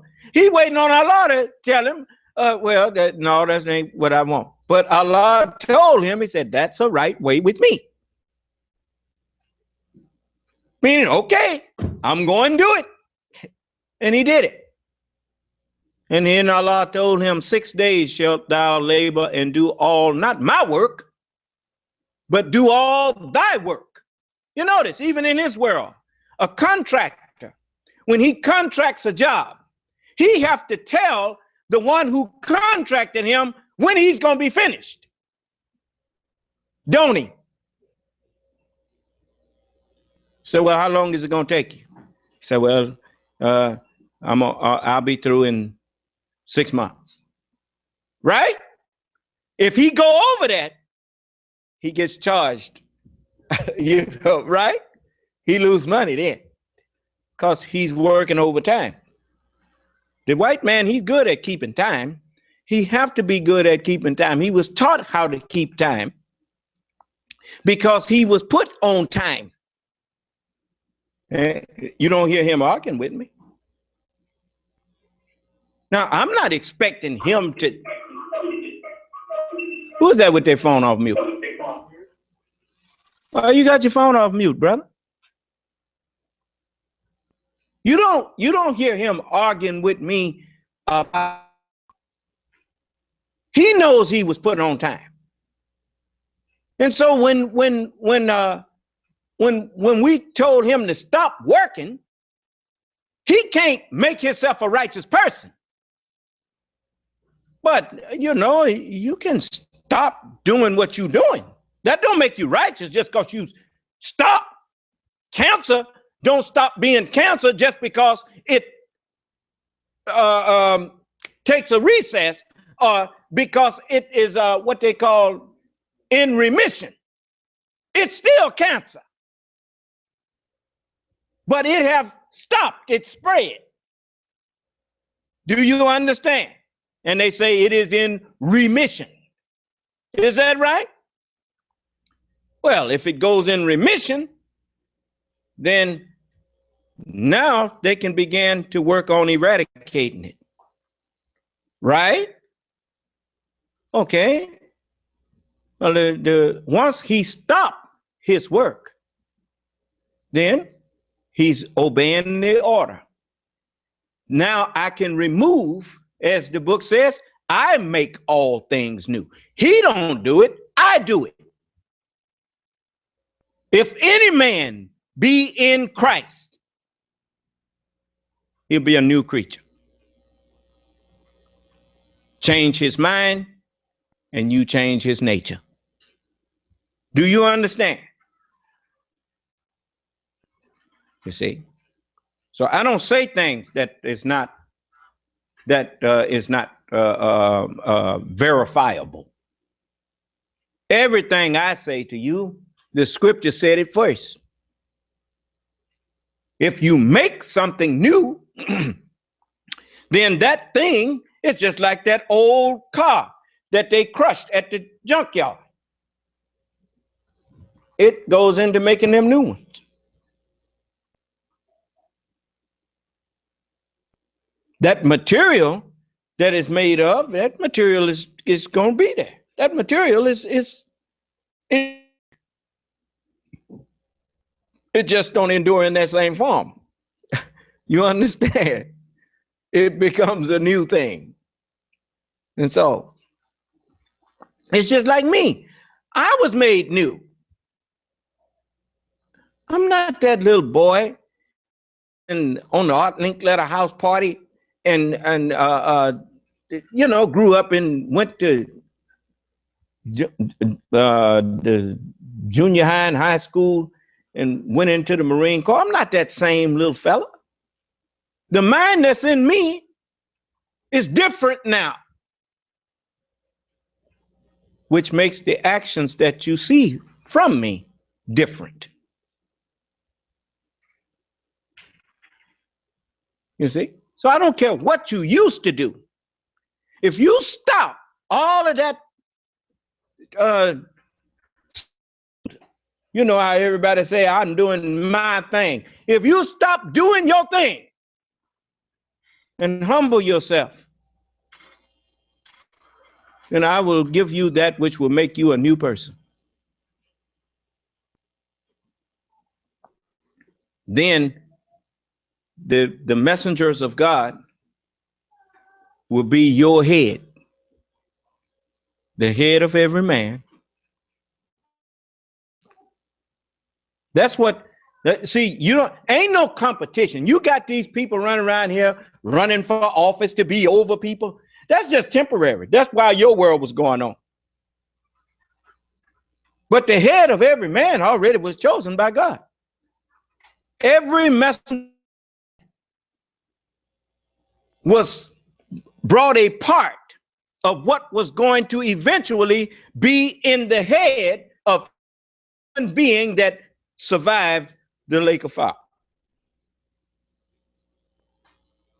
Every human being for the rest of all time will have the mind that was designed by the Creator to reside in these bodies. Am I clear? Now, and God will be all and in all. You see? Then this universe will open up its secrets to us, and we will literally fulfill our destiny, the God of the universe. That's us. You see? Humanity will function as one. That's right. There won't be no more murder. There won't be no more bloodshed. There will only be peace. Like when you go out into the universe, you go out there, nothing out there but peace. Just quiet and peace. Then you'll learn how to do things that you never dreamed of doing. You stop yourself because you murdering have taught you. You didn't let them reach their maturity. You didn't let them grow up. You didn't create an environment that nurtured minds. You created an environment that stifled minds so that you could take misadvantage of them. And while you didn't even realize you was destroying your own future.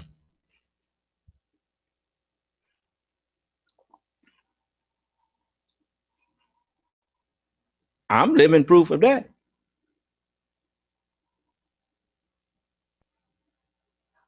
You didn't teach me this. This school system didn't teach me what I'm talking to you about. Now, how many more human beings that could have taught you things if you had let them live, if you had helped them grow instead of trying? You know, it's really sad that you want to be over people that you hate.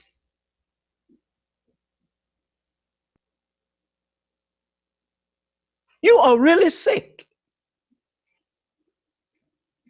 You don't care nothing about us. You like an old crooked judge that hate the man that's on trial, and he knows that he should recuse himself because he wouldn't want nobody who hating him sitting up there making judgments about him.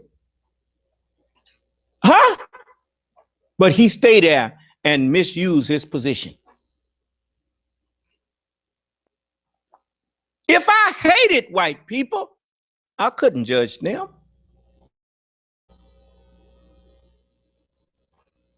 Because the hatred is a strong emotion, and strong cloud good judgment. The judge has to be the fulcrum and let the evidence fall where it will, and he stays straight up and down. And he looks at the evidence and says, look, that's what it is. It's more weighty on this side than it is on the other. So I'm sorry, son. I'm sorry, ma'am. But this is, do you have anything else that would mitigate this? But when he leaning,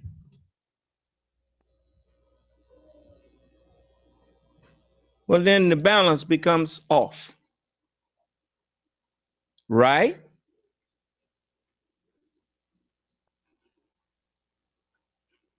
You see? You notice, white folks can't fix their mouth to come in here and say that I hate them. This ain't got nothing to do with their skin.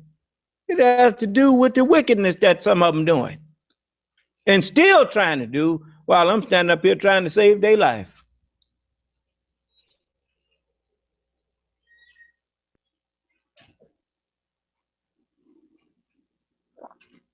So listen to this and look at it. Again, and this bond by the grace of Allah will never break. We have work to do. As I said to you in our last meeting, the Honorable Elijah Muhammad said he knew the exact year that he would have 10 million followers. He doesn't have that now, but he knew the year. We've got work to do, and we can't rest on yesterday's laurels when we have not done the job. I would sit with the messenger. A man would come in, and the messenger would say, how did you do last Sunday at the mosque? He said, oh, we had 40 lost founds. He said, well, how many of them did you catch? He said, well, we caught 16. The messenger did. He said, brother, I did not send you to get 16. I sent you to get a city. And after you get the city, then you get the state. We settled on too little when the Honorable Elijah Muhammad was after building a world.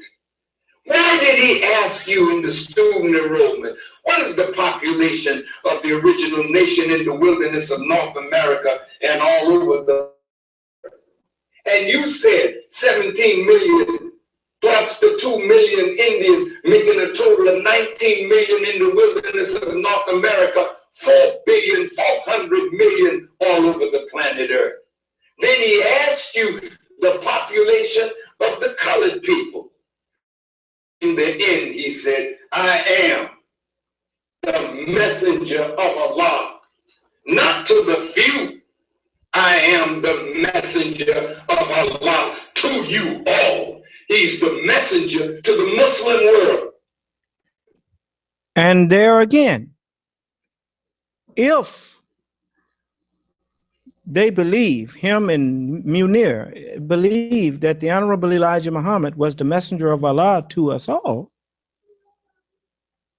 then how can you not see the hypocrisy in this man standing up there saying that he don't want separation? The white man that was asking him the question, he heard the message. All he was doing was manifesting that here you come in here and you denying the one that you say that you trying to preserve the truth of. Right? He said, I don't want to separate from y'all. Well, how you gonna say that and still say you got some coalition for the remembrance of Elijah? The Honorable Elijah Muhammad said separation is the only solution. Come in here and tell me that that's not true. He already said, Munir said he don't believe that no more, right? I'm going to let you hear. You see, you think that white people don't see that, you know, the hypocrisy that some of you are exhibiting. If they didn't see you, they wouldn't put you out there. They see you. The messenger said, if you say there goes the devil, he said, then don't try patterning yourself after the devil. Show the devil that you are a righteous person, because he's watching you for such. And if you say he's not righteous, he will say, I was not my maker. And that'll stop your mouth. I mean, he's more justified than you, because he's doing what he was made. His unrighteousness was stamped and approved by God, his maker. Your unrighteousness was your choice.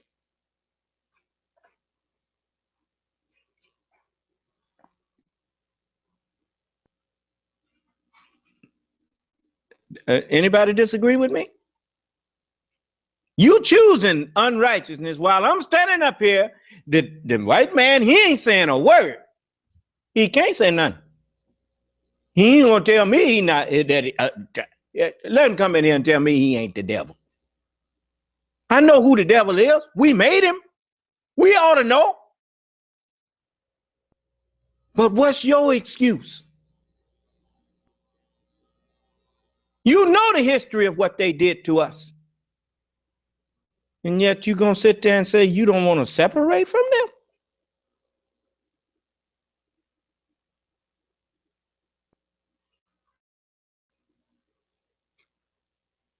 I remember when I was a little boy, we used to,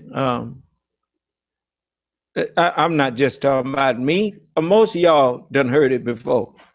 Well, I'll beat you behind and make you like it. You ain't never heard nobody say that. Man enslaved you and me and beat us and raped us and did some of everything and made you like it.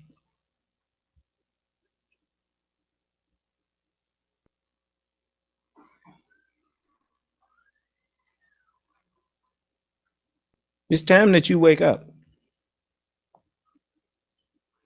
It's time that you, that are the natural branches, come on back into the tree of life. Lest you wind up in the fire and the unnatural branch, white people, be grafted into the tree and you be lost.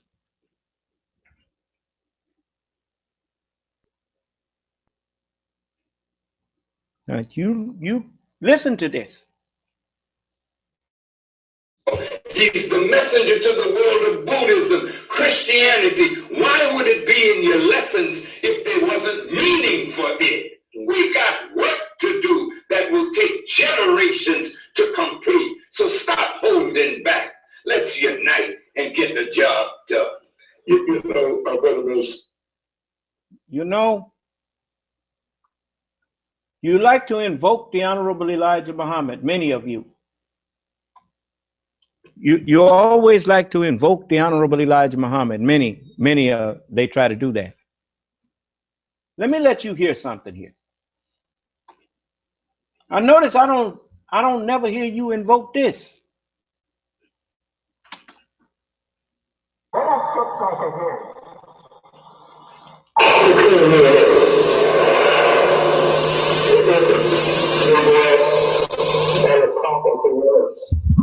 There's nobody coming behind me but God.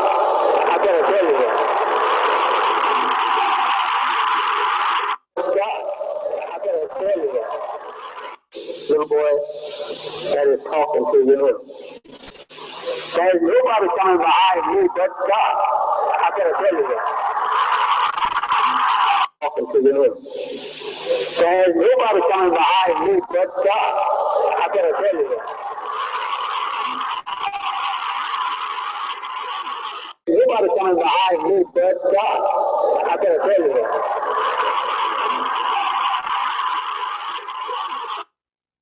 Nobody coming behind me but God. I better tell you that. Have you noticed that I'm the only one who get out and not just say the messenger said something? I let you hear him say it. How come they don't remember that the messenger said ain't nobody coming behind him but God? Well, what is our work to do? What do you mean we got work to do?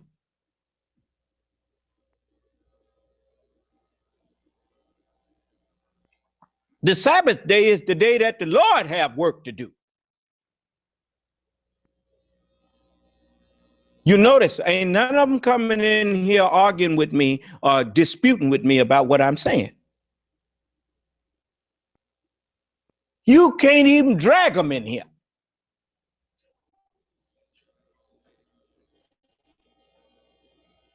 And you gonna dare to say I'm lying?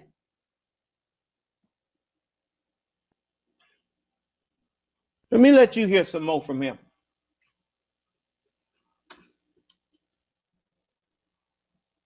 I want to take you to a point. One of the young people wanted to know, what was it like? What was the messenger like? Now, in Cobo Hall, you were allowed to speak. He was sitting behind you. And you seemed as if that the fear factor did exist, because I know you wanted to please him in your teaching. And he began to smile as you got further into your teaching. Have you ever looked at that tape? I mean, I'm sure I saw it, but when I look at him, I don't look at nothing else. Well, so I probably wouldn't have seen myself. Well, see, he was sitting behind you. And the satisfaction that he gave, you would.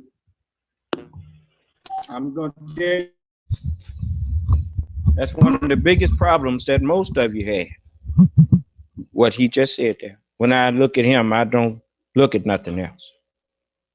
You should have been not just looking at him, but looking at what he was telling you that the word of God says. The messenger said, It is up to you to listen and then read and remember. That's what most of them, they believed in the man Elijah Muhammad, but they did not believe in the Holy Scriptures. That's why when I come to them directly out of the Holy Scriptures, they don't pay me no attention. I'm following the Honorable Elijah Muhammad. The Honorable Elijah Muhammad wasn't the author of what the Honorable Elijah Muhammad was teaching. The Honorable Elijah Muhammad said, he said, you get your book and I will get my book. And I will show you that every step that I'm taking, it is the truth, meaning the word of God. Huh? He says, the Bible a lie, Elijah? He said, no, it's not a lie. He said, but if you don't understand it, it make you to see wrong. Huh? He said, the Holy Quran is the truth. It will live forever. He said, why? Because it have truth in it.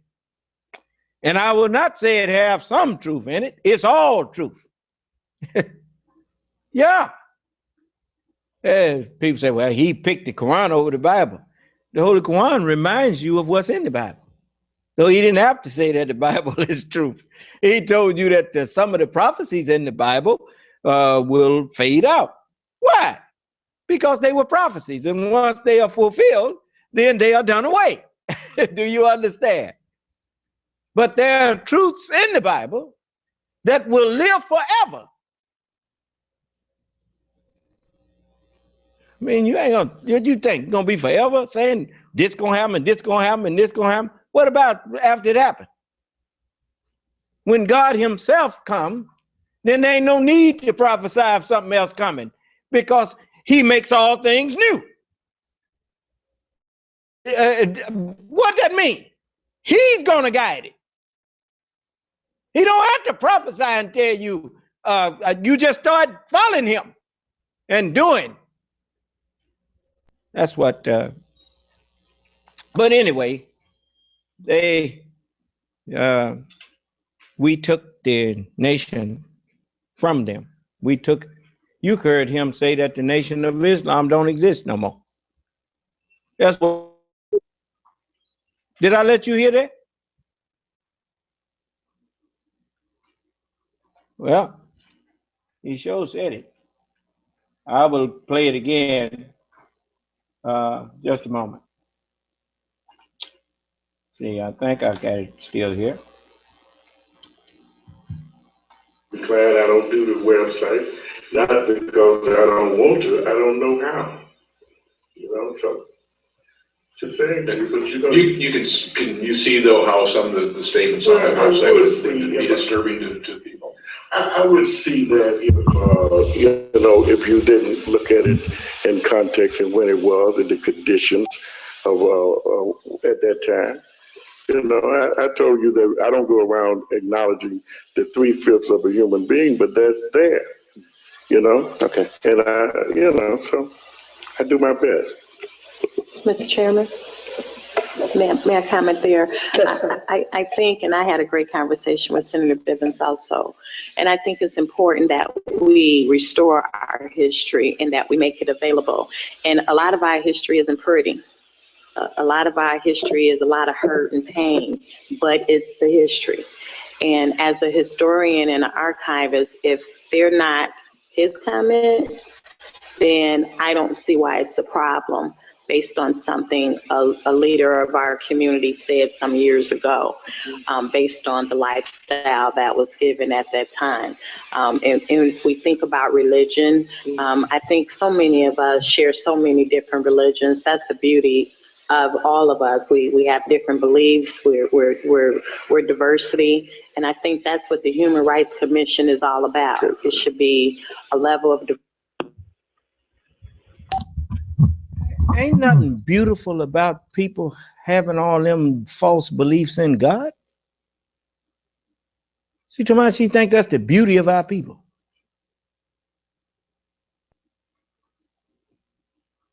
remind me of that.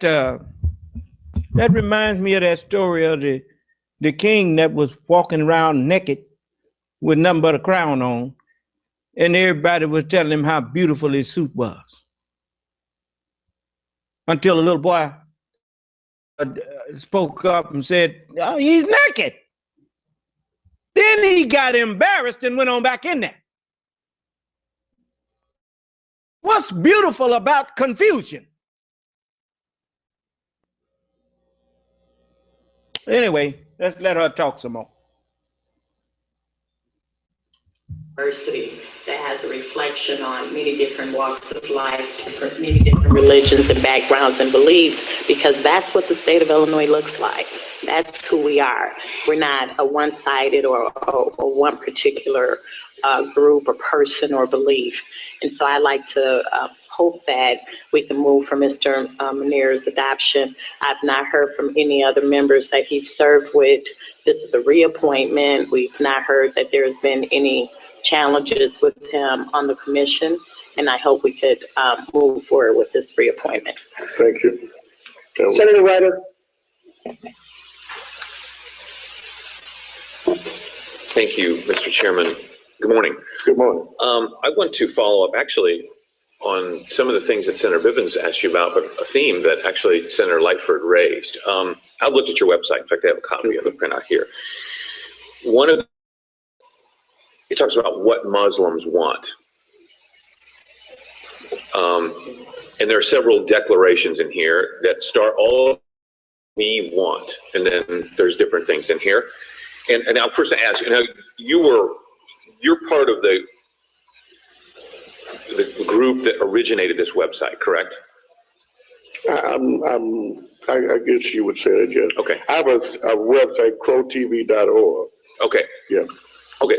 I mean, you're listed pretty prominently in here. So I want to make sure that, that I'm right insofar as attribution to your contribution to the website. Yes, sir. Okay.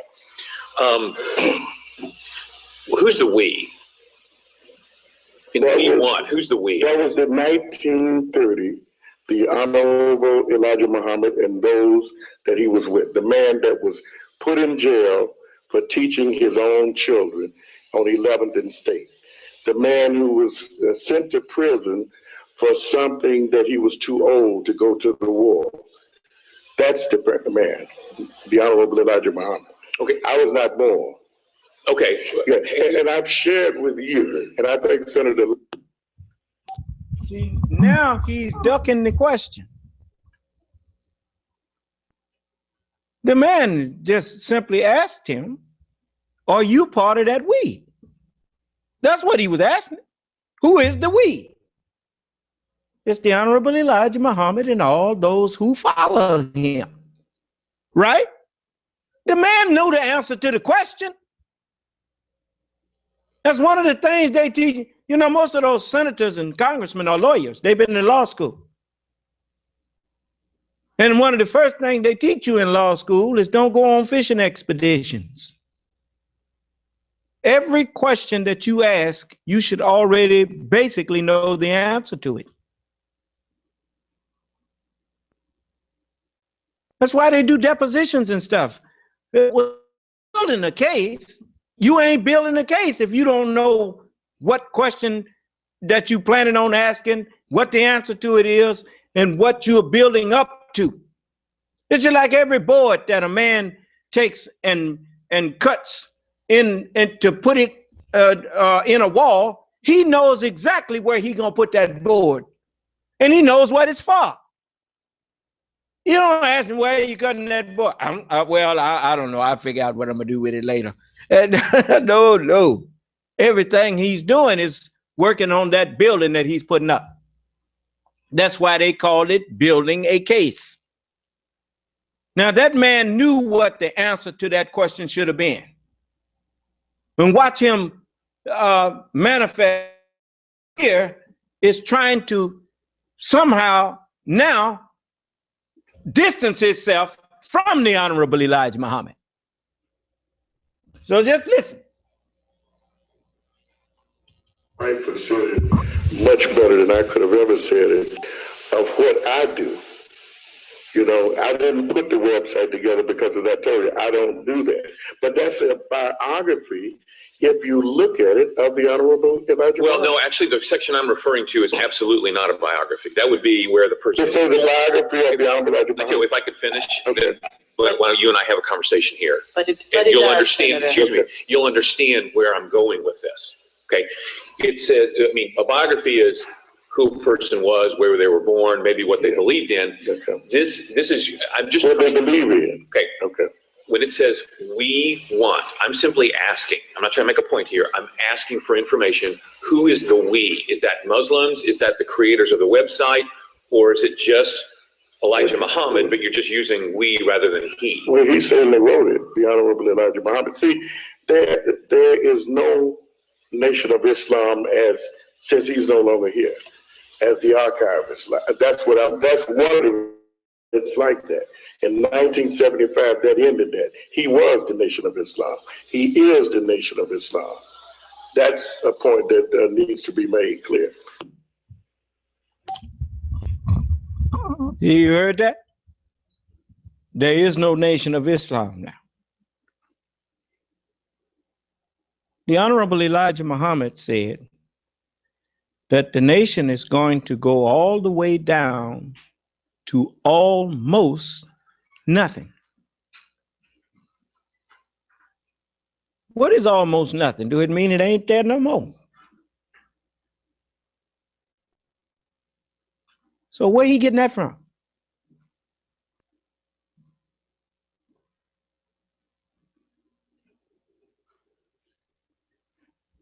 Now, you heard it from his own mouth.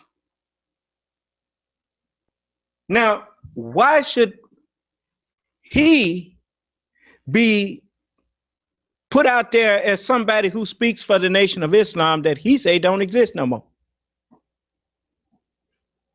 Huh? What do I look like to you? What do we look like to him? It's being rebuilt. It ain't gonna fall no more either. Because we gonna build it with hewn stones.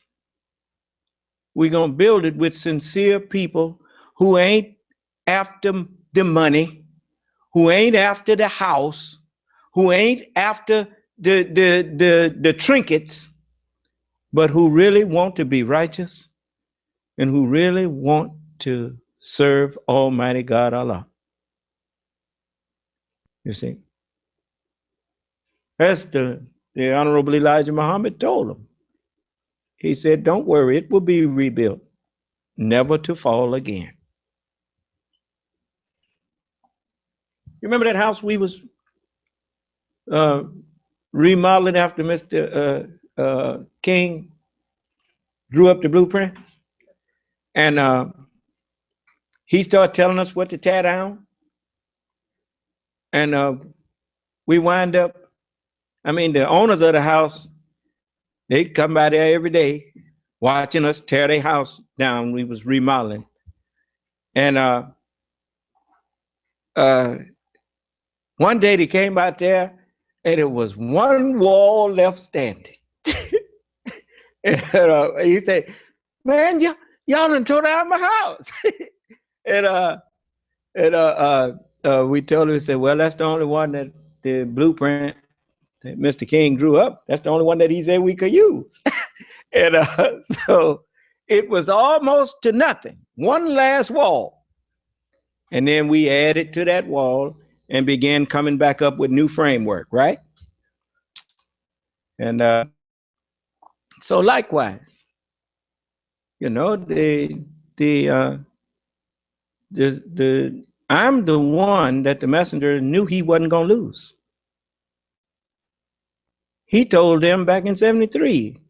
I heard some of them say, he said, I won't lose one follower. They thought he meant that everybody who was saying they was his follower, he wasn't gonna lose.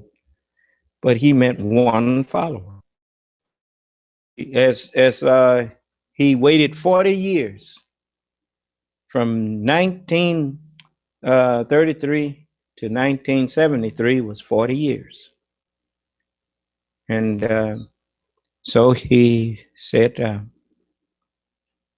Allah told him, he said he would walk up in a mountain 40 miles high and eat rattlesnakes just to teach one. He tried to teach many, but they got big-headed. What happened with Malcolm?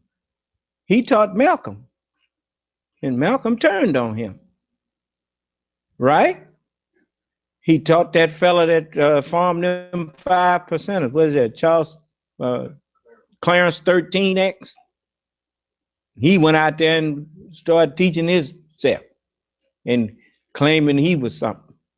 Walked out on the messenger. And all of them, there's so many that he taught that they just could not handle the power that went with that knowledge.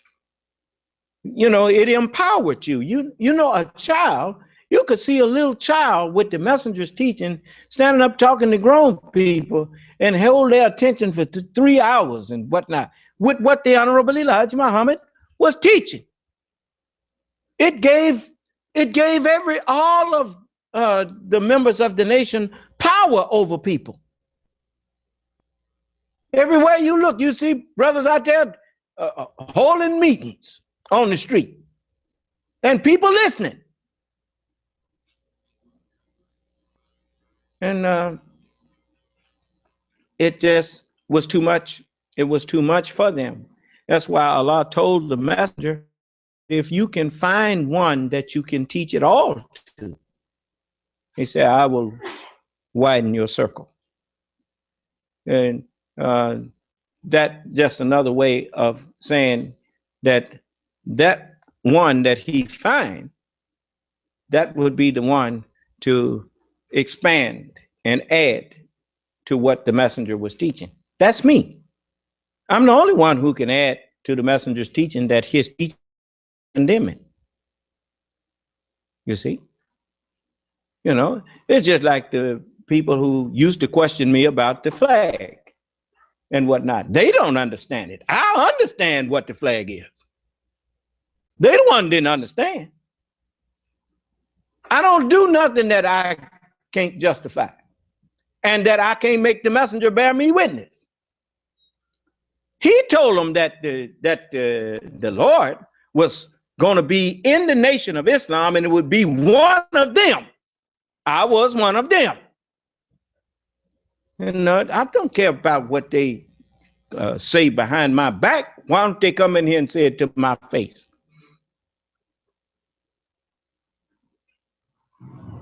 I have never been anybody's groupie. You know how people see stars and whatnot and running up there to give me your autograph and all this. It wasn't that I resented them. I just didn't see the purpose of that. I didn't see no need for that. And you notice, I don't let you do that to me. People be coming up, son of man, I'm just so, and I say, hey, don't do that. I say, I'm a man just like you. And I say, I just have knowledge that you don't have.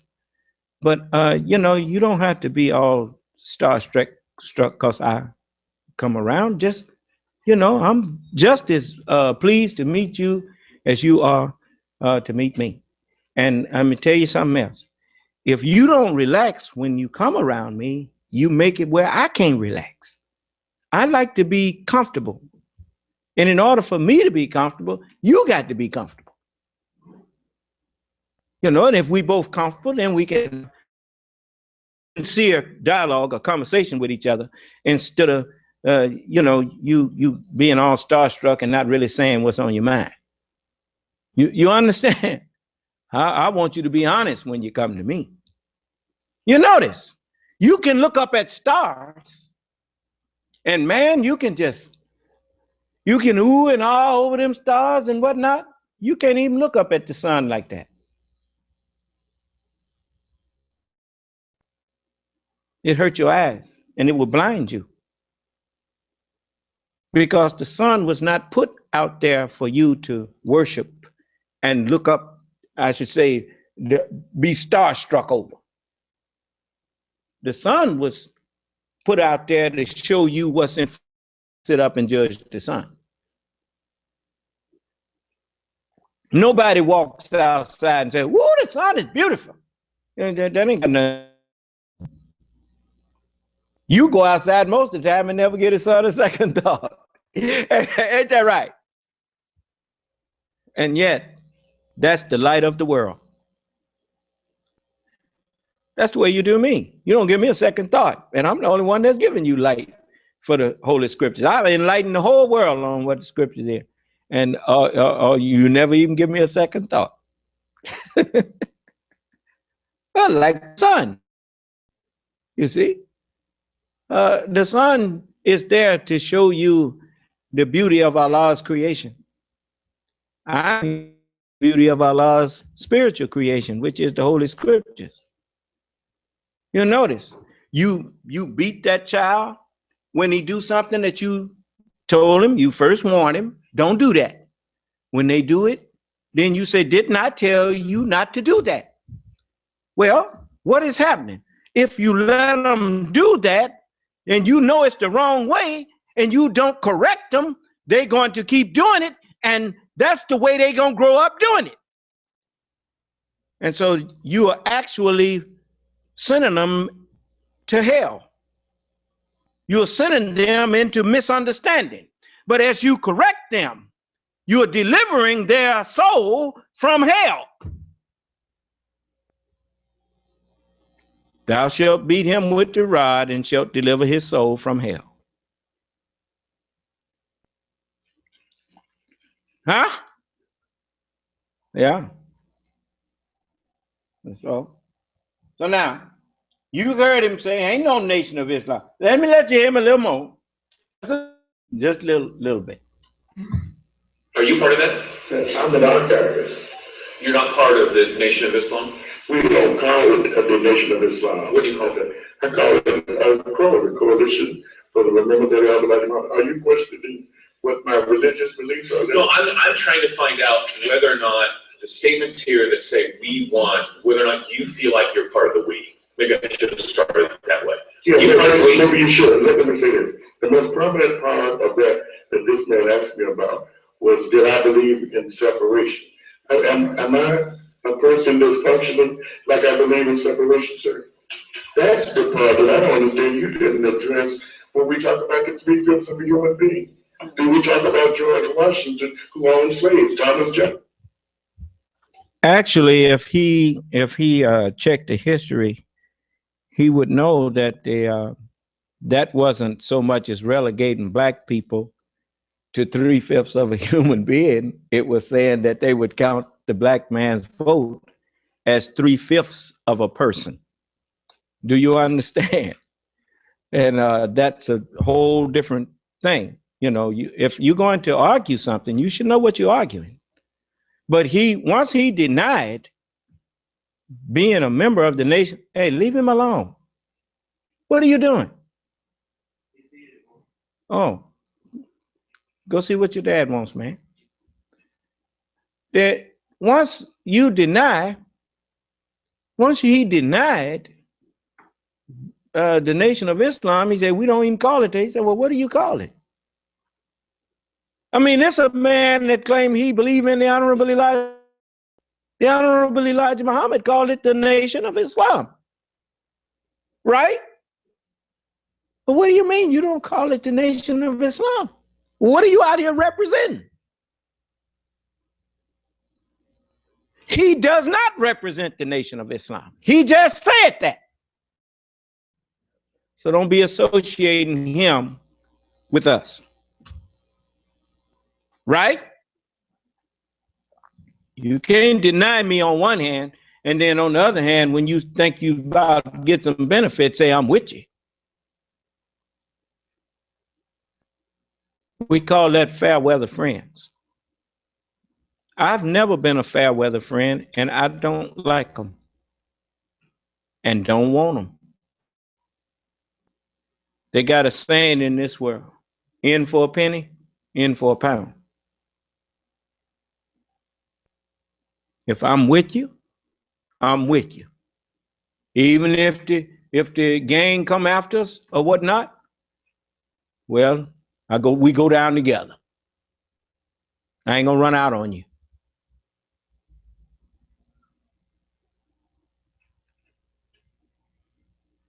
I always thought that stuff that them disciples did to Jesus was just trifling.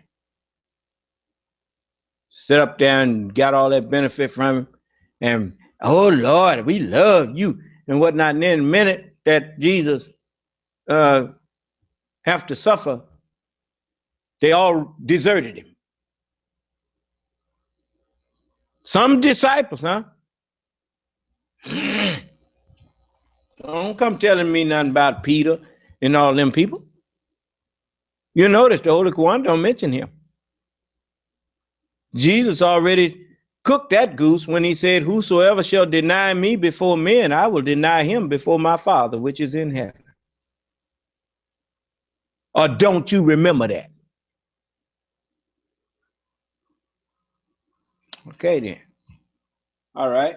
Now let's get back over here and listen to Minister Farrakhan talking about him. Well, it was almost finished. Let me let you hear the end of that. And But he's not putting the table for a hearing. I'm just saying you're making me defensive as if that I'm not entitled to any history.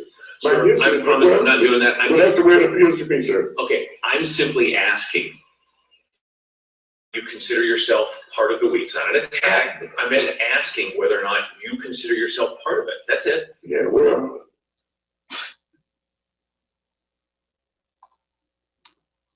Well, he manifested him, didn't he? Okay. Let's go on over here to this now.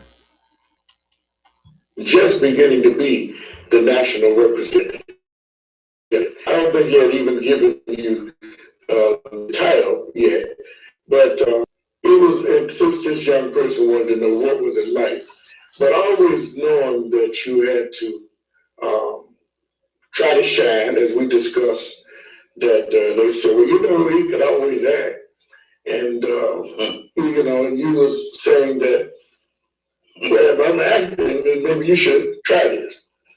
But Honorable Elijah Muhammad, magnificent teacher, we all know that. And I think the minister of Newark at the time, Brother James, who was somewhat, I guess you could say slightly envious, if you will. We don't go. Now, considering what him with that senator,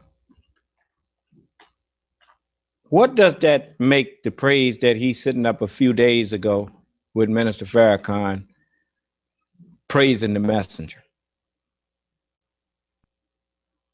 Empty, huh? Hollow, huh? Okay. Back and look at that part of the history. That it was a battle, even at that time, just to defend the man. You know, and even though these ministers have their own cities, how do you stop that kind of thing today and let people see that it's enough work for everybody, as you just alluded to? Now, he suggested that it's a battle to defend the Honorable Elijah Muhammad. Then why is it so easy for me? I mean, it don't seem like no battle to me. Am I having a hard time? That's because I'm the one that he told you was coming after him. And he told you, don't try to run ahead, because you'll run into something that you can't put out of your way. He said, so if you see yourself getting impatient, he said, ask Allah for patience to wait on the Lord. And don't, right?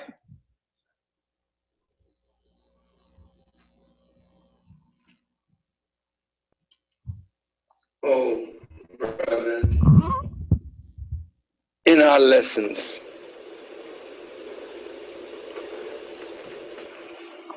Who makes Holy Quran or Bible? And will you tell us, why does Islam renew every 25,000 years? In the answer that the Honorable Elijah Muhammad gave to the question given to him by Master Farad Muhammad, to whom praise is really due forever, he said, the Holy Quran or Bible is made by the original people, the black man of Asia, who is Allah, the Supreme Being. Everyone are a part of the God himself. So when we are envious of one another, that shows how spiritually immature we are. Because there is... See, now, he's himself. Because it's not a one of you or no group of you. Even though I'm part of you, it's not none of you who can stand up and expound on what's in these scriptures.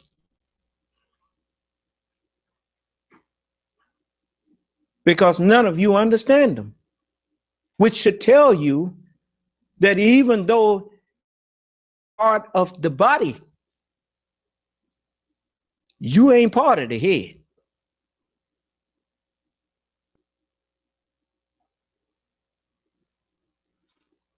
We got one head.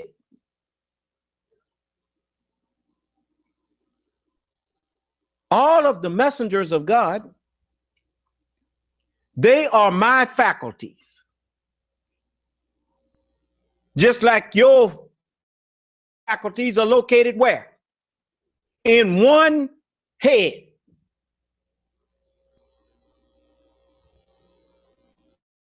And when you look at what the body is doing under that head, yes, all is connected.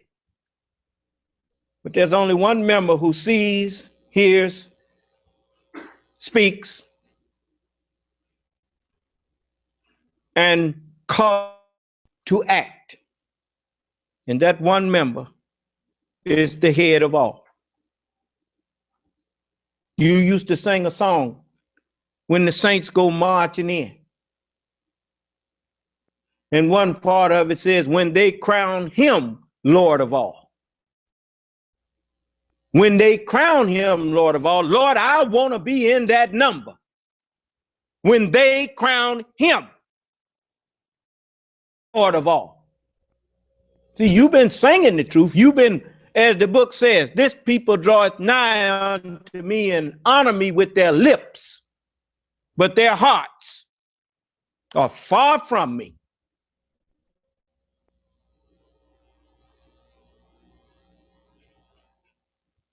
So just listen, he's sitting up there talking about as though he get part of the head of God. No, you're not.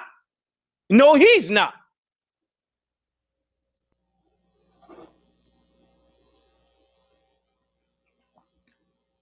Jesus is a part of me. This is a part of me. Elijah is a part of me.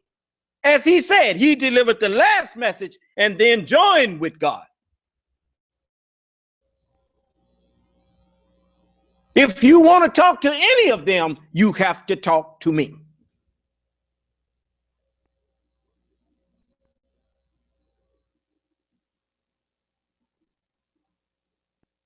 And any of you who claim you talking to any of them outside of me, you come on in here and I'll prove that no, you not.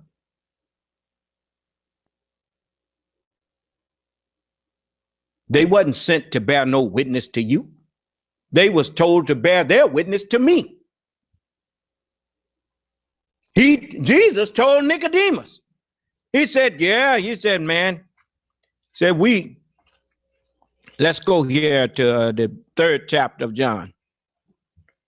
Jesus told Nicodemus, in the 10th verse. He said, art thou a master of Israel? You a teacher? You a rabbi of Israel? And knowest not these things? Verily, verily, thee, we speak that which we do know. Meaning we speak that which we understand. He said, and we testify to that which we have seen. And you receive not our witness. You can't understand what we bear witness to, because we wasn't told to bear our witness to you. We was told to bear witness to the Son of Man. And what was in them was sent to be in me. That's why Allah told me to take it and eat it. That's how it got inside of me. I studied it. He opened my understanding to it. And now I can speak with the words that are rightly called the Word of God. You see? Now let's go here. You notice, ain't nobody trying to argue with me. Because they can't.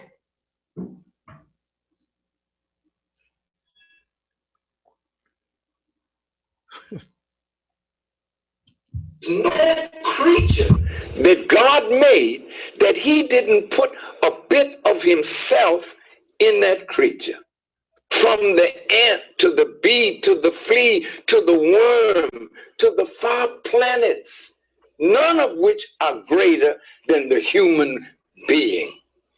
So when you have the God in you and I have the God in me, I don't have 99 attributes. I have the attribute that I have, but my attribute can't function as the God unless we all unite our attributes and work for the common good. That is. And you notice, he's being lifted up by his own words.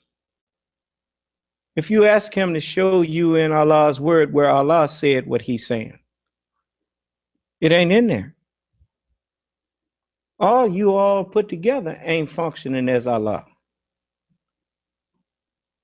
He had 1 million, almost 2 million men come to Washington to hear him speak.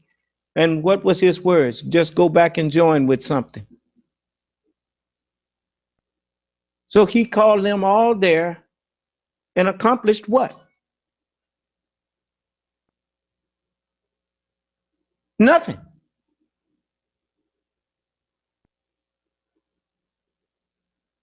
And it wasn't just him, it was him and a group of ministers. What has changed since the Million Man March? What condition did you change with that?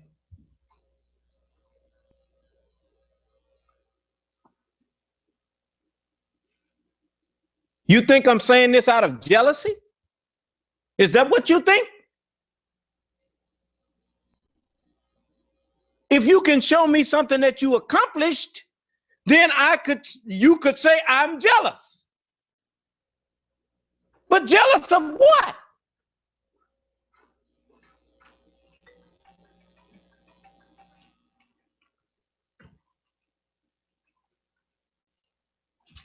So let's let you hear some more.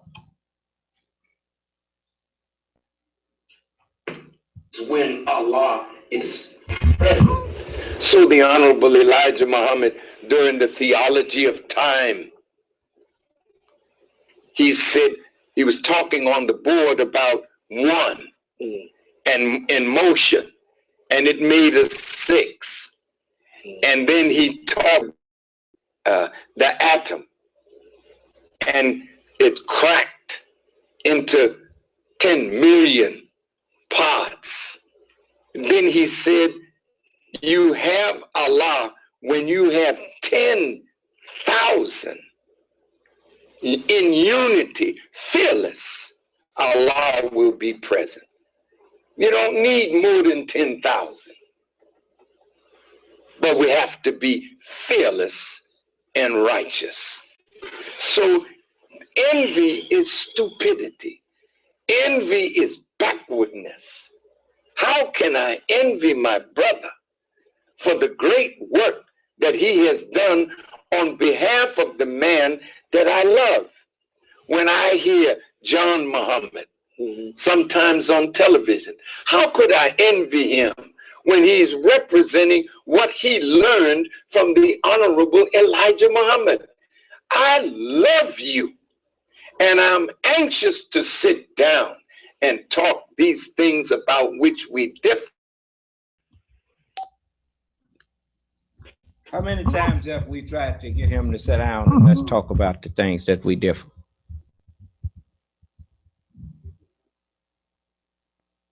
Did they ever accept us sitting down and talking about it? Some of y'all remember when I asked his minister, Dawood, to arrange a meeting for me. His reply to me was, "You the son of man, you remain, you arrange it." I said, "That's what I'm trying to do now. You, his representative."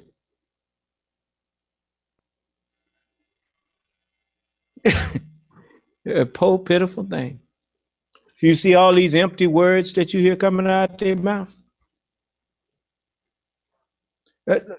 Have you ever known me to refuse to meet with someone that agreed with me?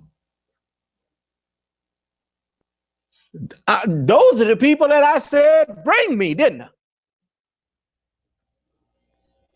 How come if he got the truth and I'm being misled and I'm willing to have a discussion with him, why he don't want to talk to me?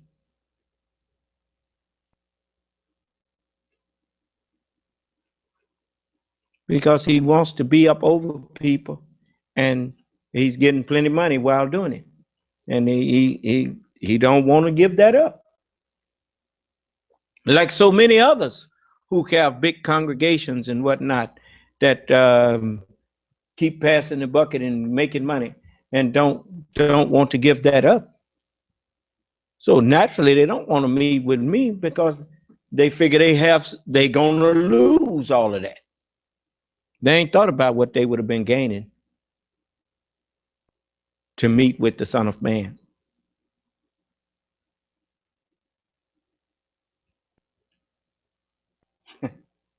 Listen. So that we can get busy and make a nation. You know, do I have a call? Okay, let me ask you this, because so much is going on. I wanted you to get to what took place in Michigan and Ferguson and all the above. I people, we talked about off camera what happened in California, the woman beaten on the expressway and the window right over in Hammond. The police, who has done this before, broke the window of the passengers. So black people in particular are under attack. Didn't you hear Munir say that he didn't want to separate from white people?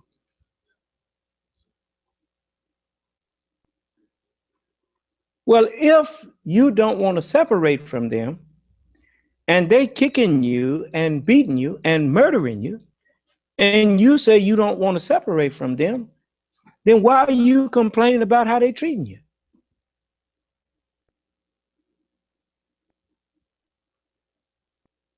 I don't understand that one.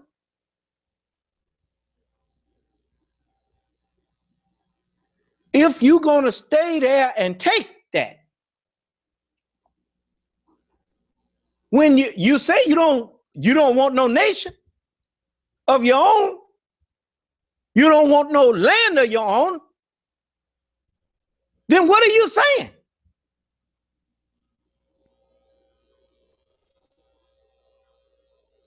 Now listen to this. Period. And they don't seem to care where we're from. What do you say about that?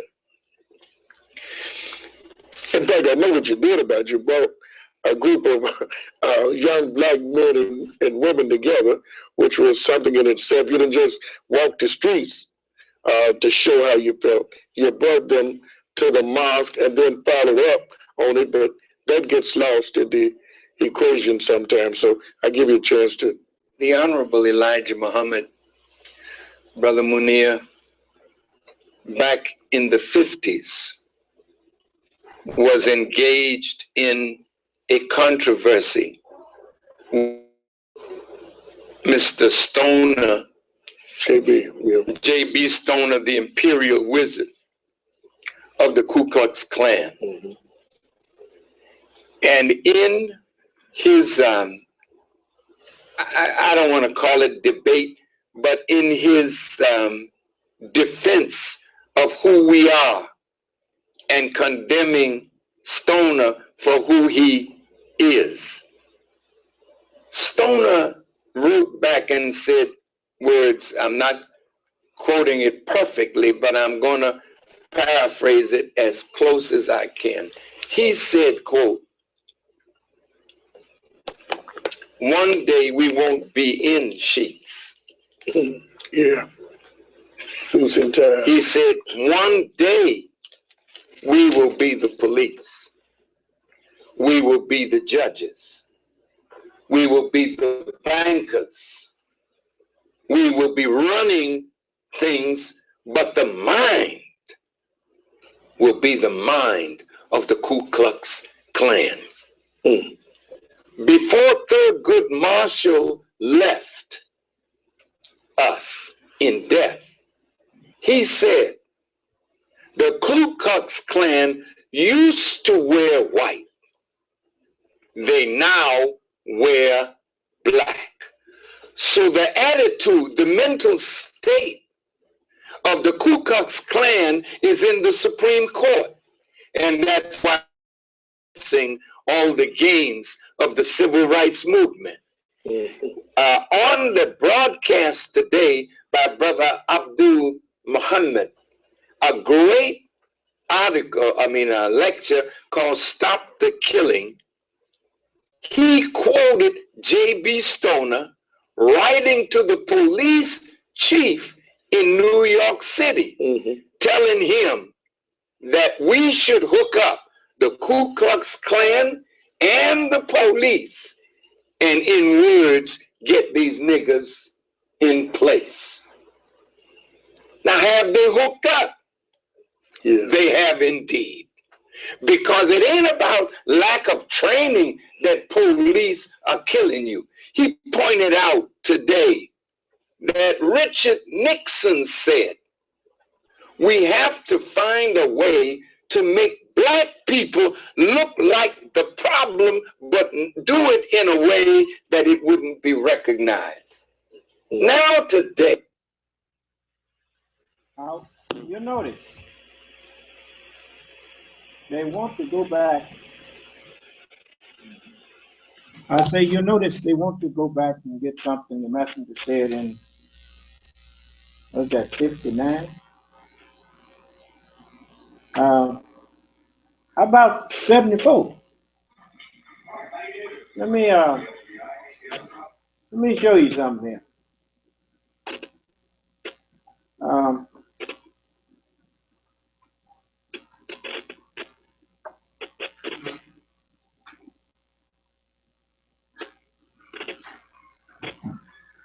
I likes to be real. I don't like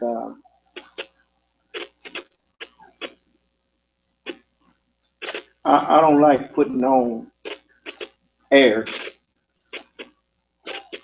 Tell the truth and let the chips fall where they may. Huh? And so I want you to hear this.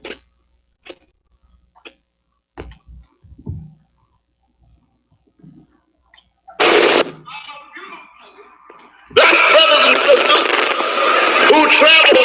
Yes, sir.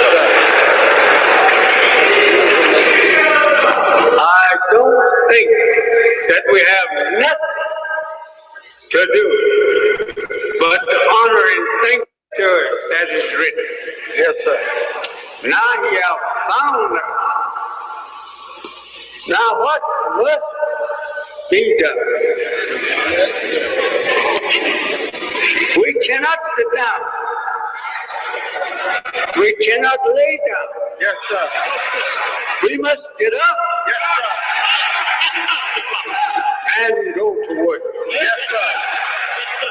Praise be to God. Yes, sir. Yes, sir.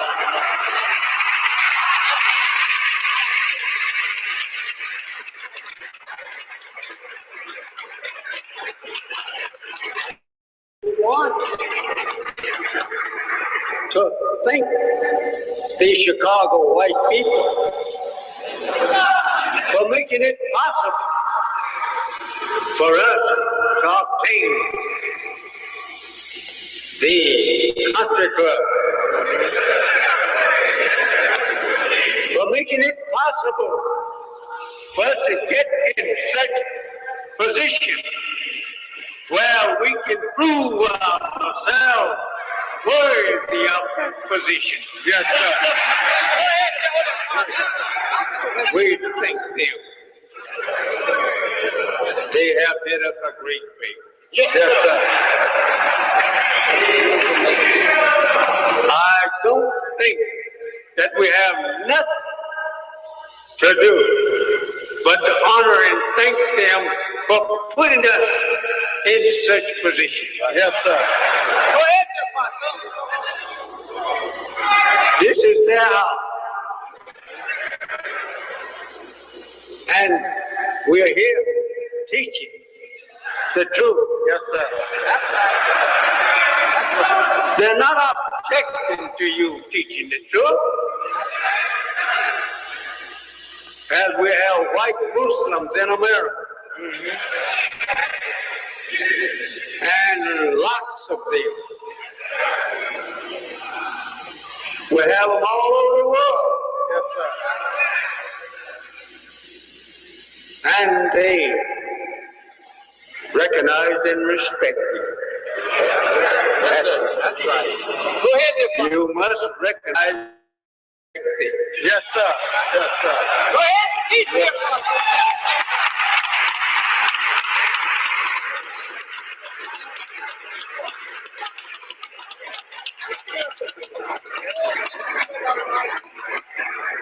You don't disrespect people that is trying to respect you.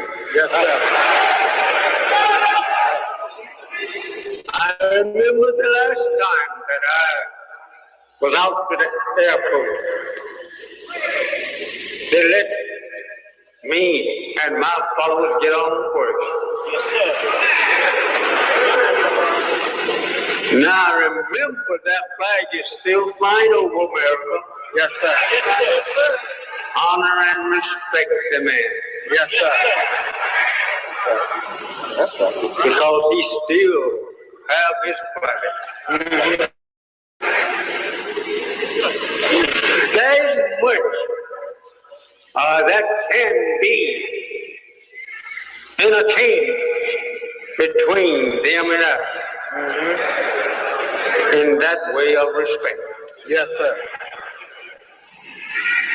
We don't have to get up to try to make fun of them just because you have learned yourself. And now you have learned them. Yes, sir. That's right, Apostle. Just remember. Yes, sir. That they show you respect after you have learned yourself. Yes, sir, Apostle. Show them respect too. Yes, sir. Because when you didn't know yourself, you didn't respect yourself, nor him well.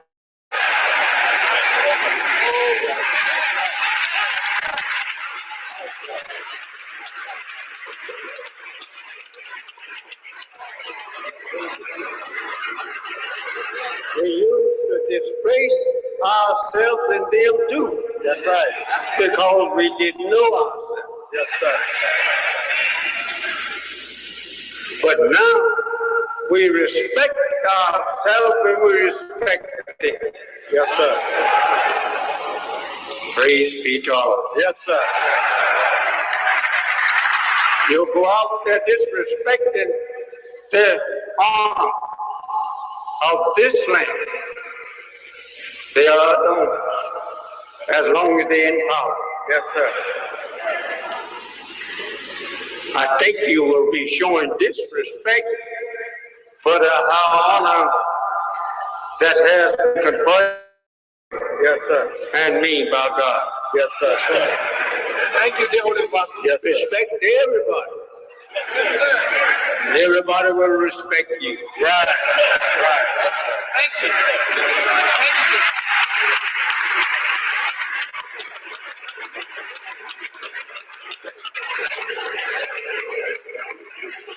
If God give way to them to rule, then you honor their rule. Mm-hmm. That's right. As long as they're in power to rule, then respect them. Yes, sir. This I mean from my heart. Yes, sir. Yes, sir. Where we go, respect people, and people will respect you. Yes, sir. Yes, that's right. Don't think that you are so great now just because God promised you the kingdom. Wait until you get in it. Yes, sir.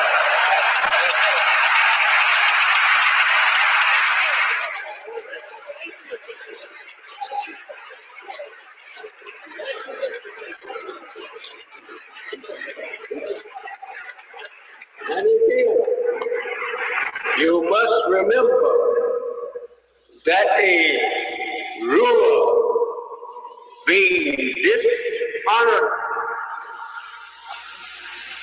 and dishonoring people, he's dishonoring himself. Yes, sir.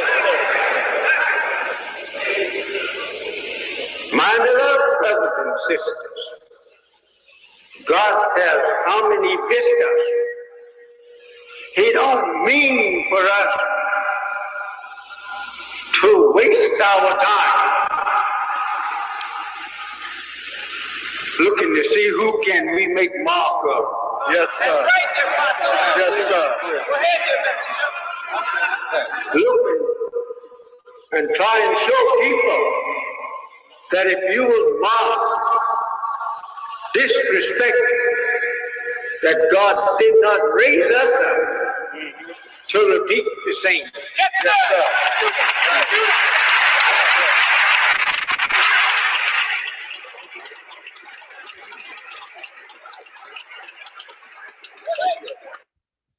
I want to say that too bad that you, the white people of America,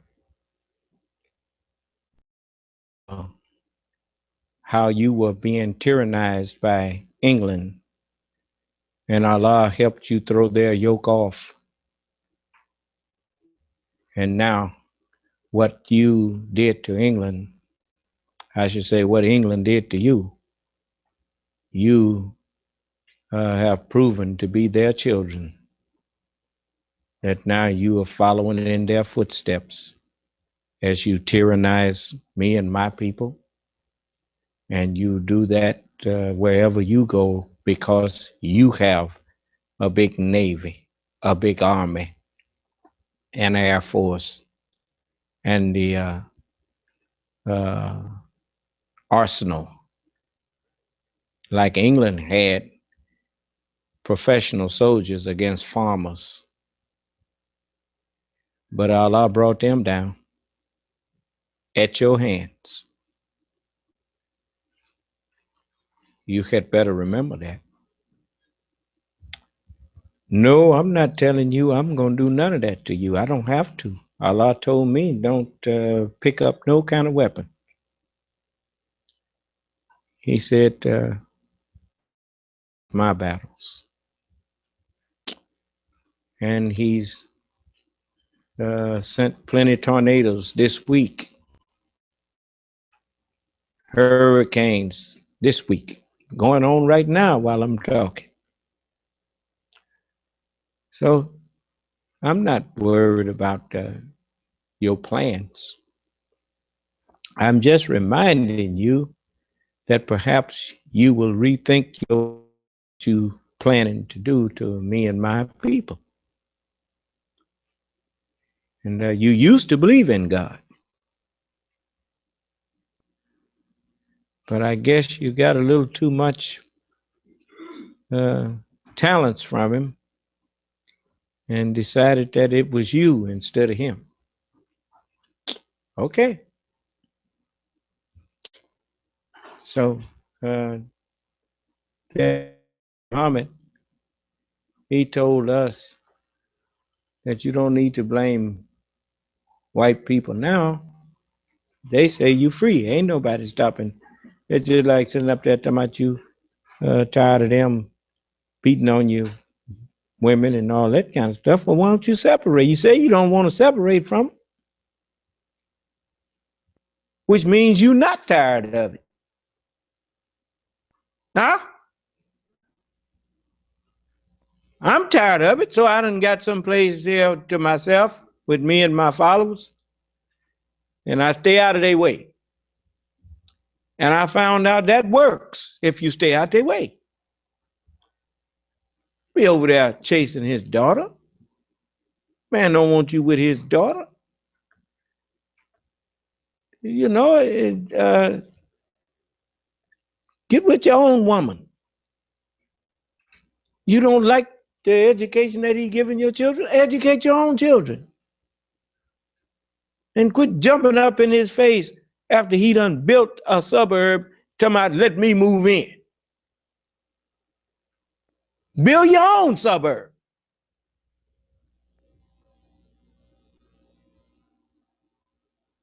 I remember the messenger said, I don't think hard of them, I think hard of you.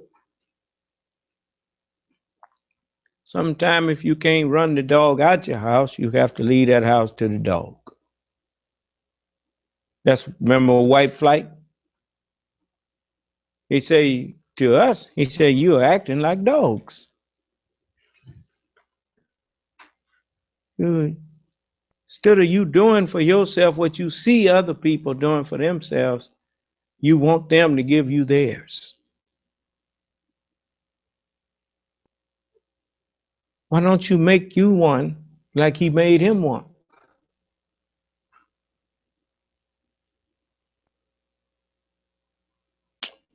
So, if you wondering would I meet with Minister Farrakhan, I certainly would. I don't hate Minister Farrakhan, but I know that they are lost. They don't really know what they are doing.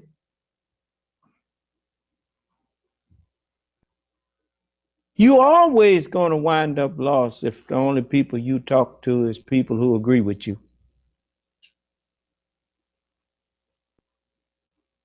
I should say people who say they agree with you.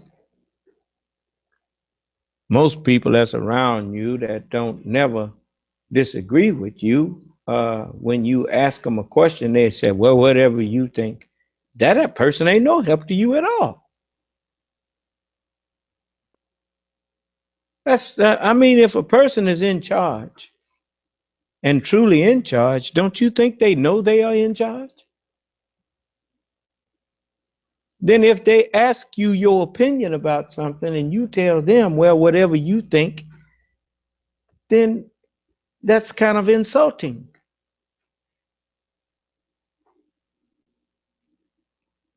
When a person asks you what you think, they are respecting your thinking ability. You should not respond with, well, whatever you think. You should tell them what you think.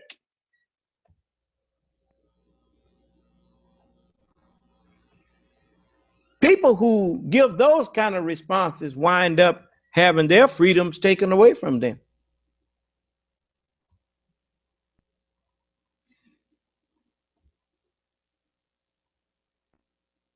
Solomon said, in the multitude of counselors, there is safety. So, I haven't forgotten that. So I want you to remember to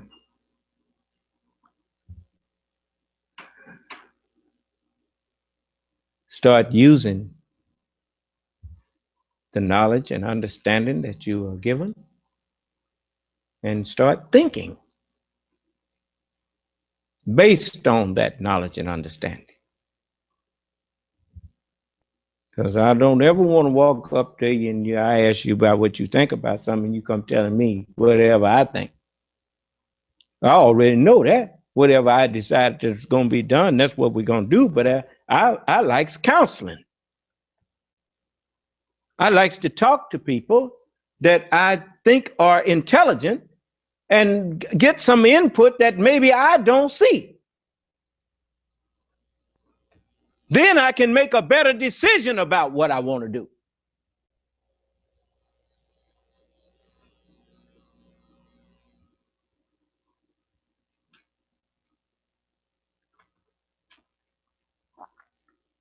How would you like to have without some hands? Going trying to pick some fruit. I should say going trying to buy you some fruit or whatnot, and you ain't got no hands. How you going to be able to tell whether the fruit is firm or whatnot? You need some hands to help you make the decision. You wasn't given limbs for nothing. Limbs help you.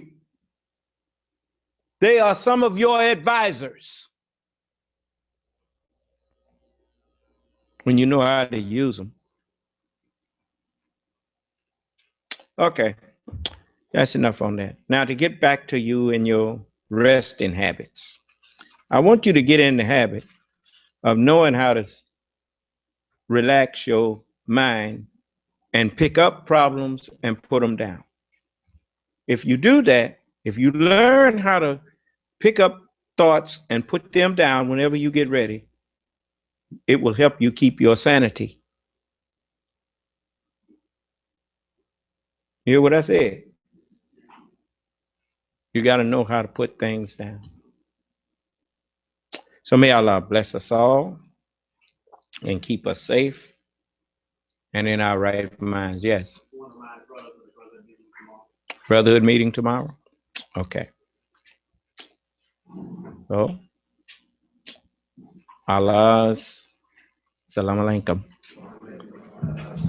Your conference recording has stopped. Goodbye.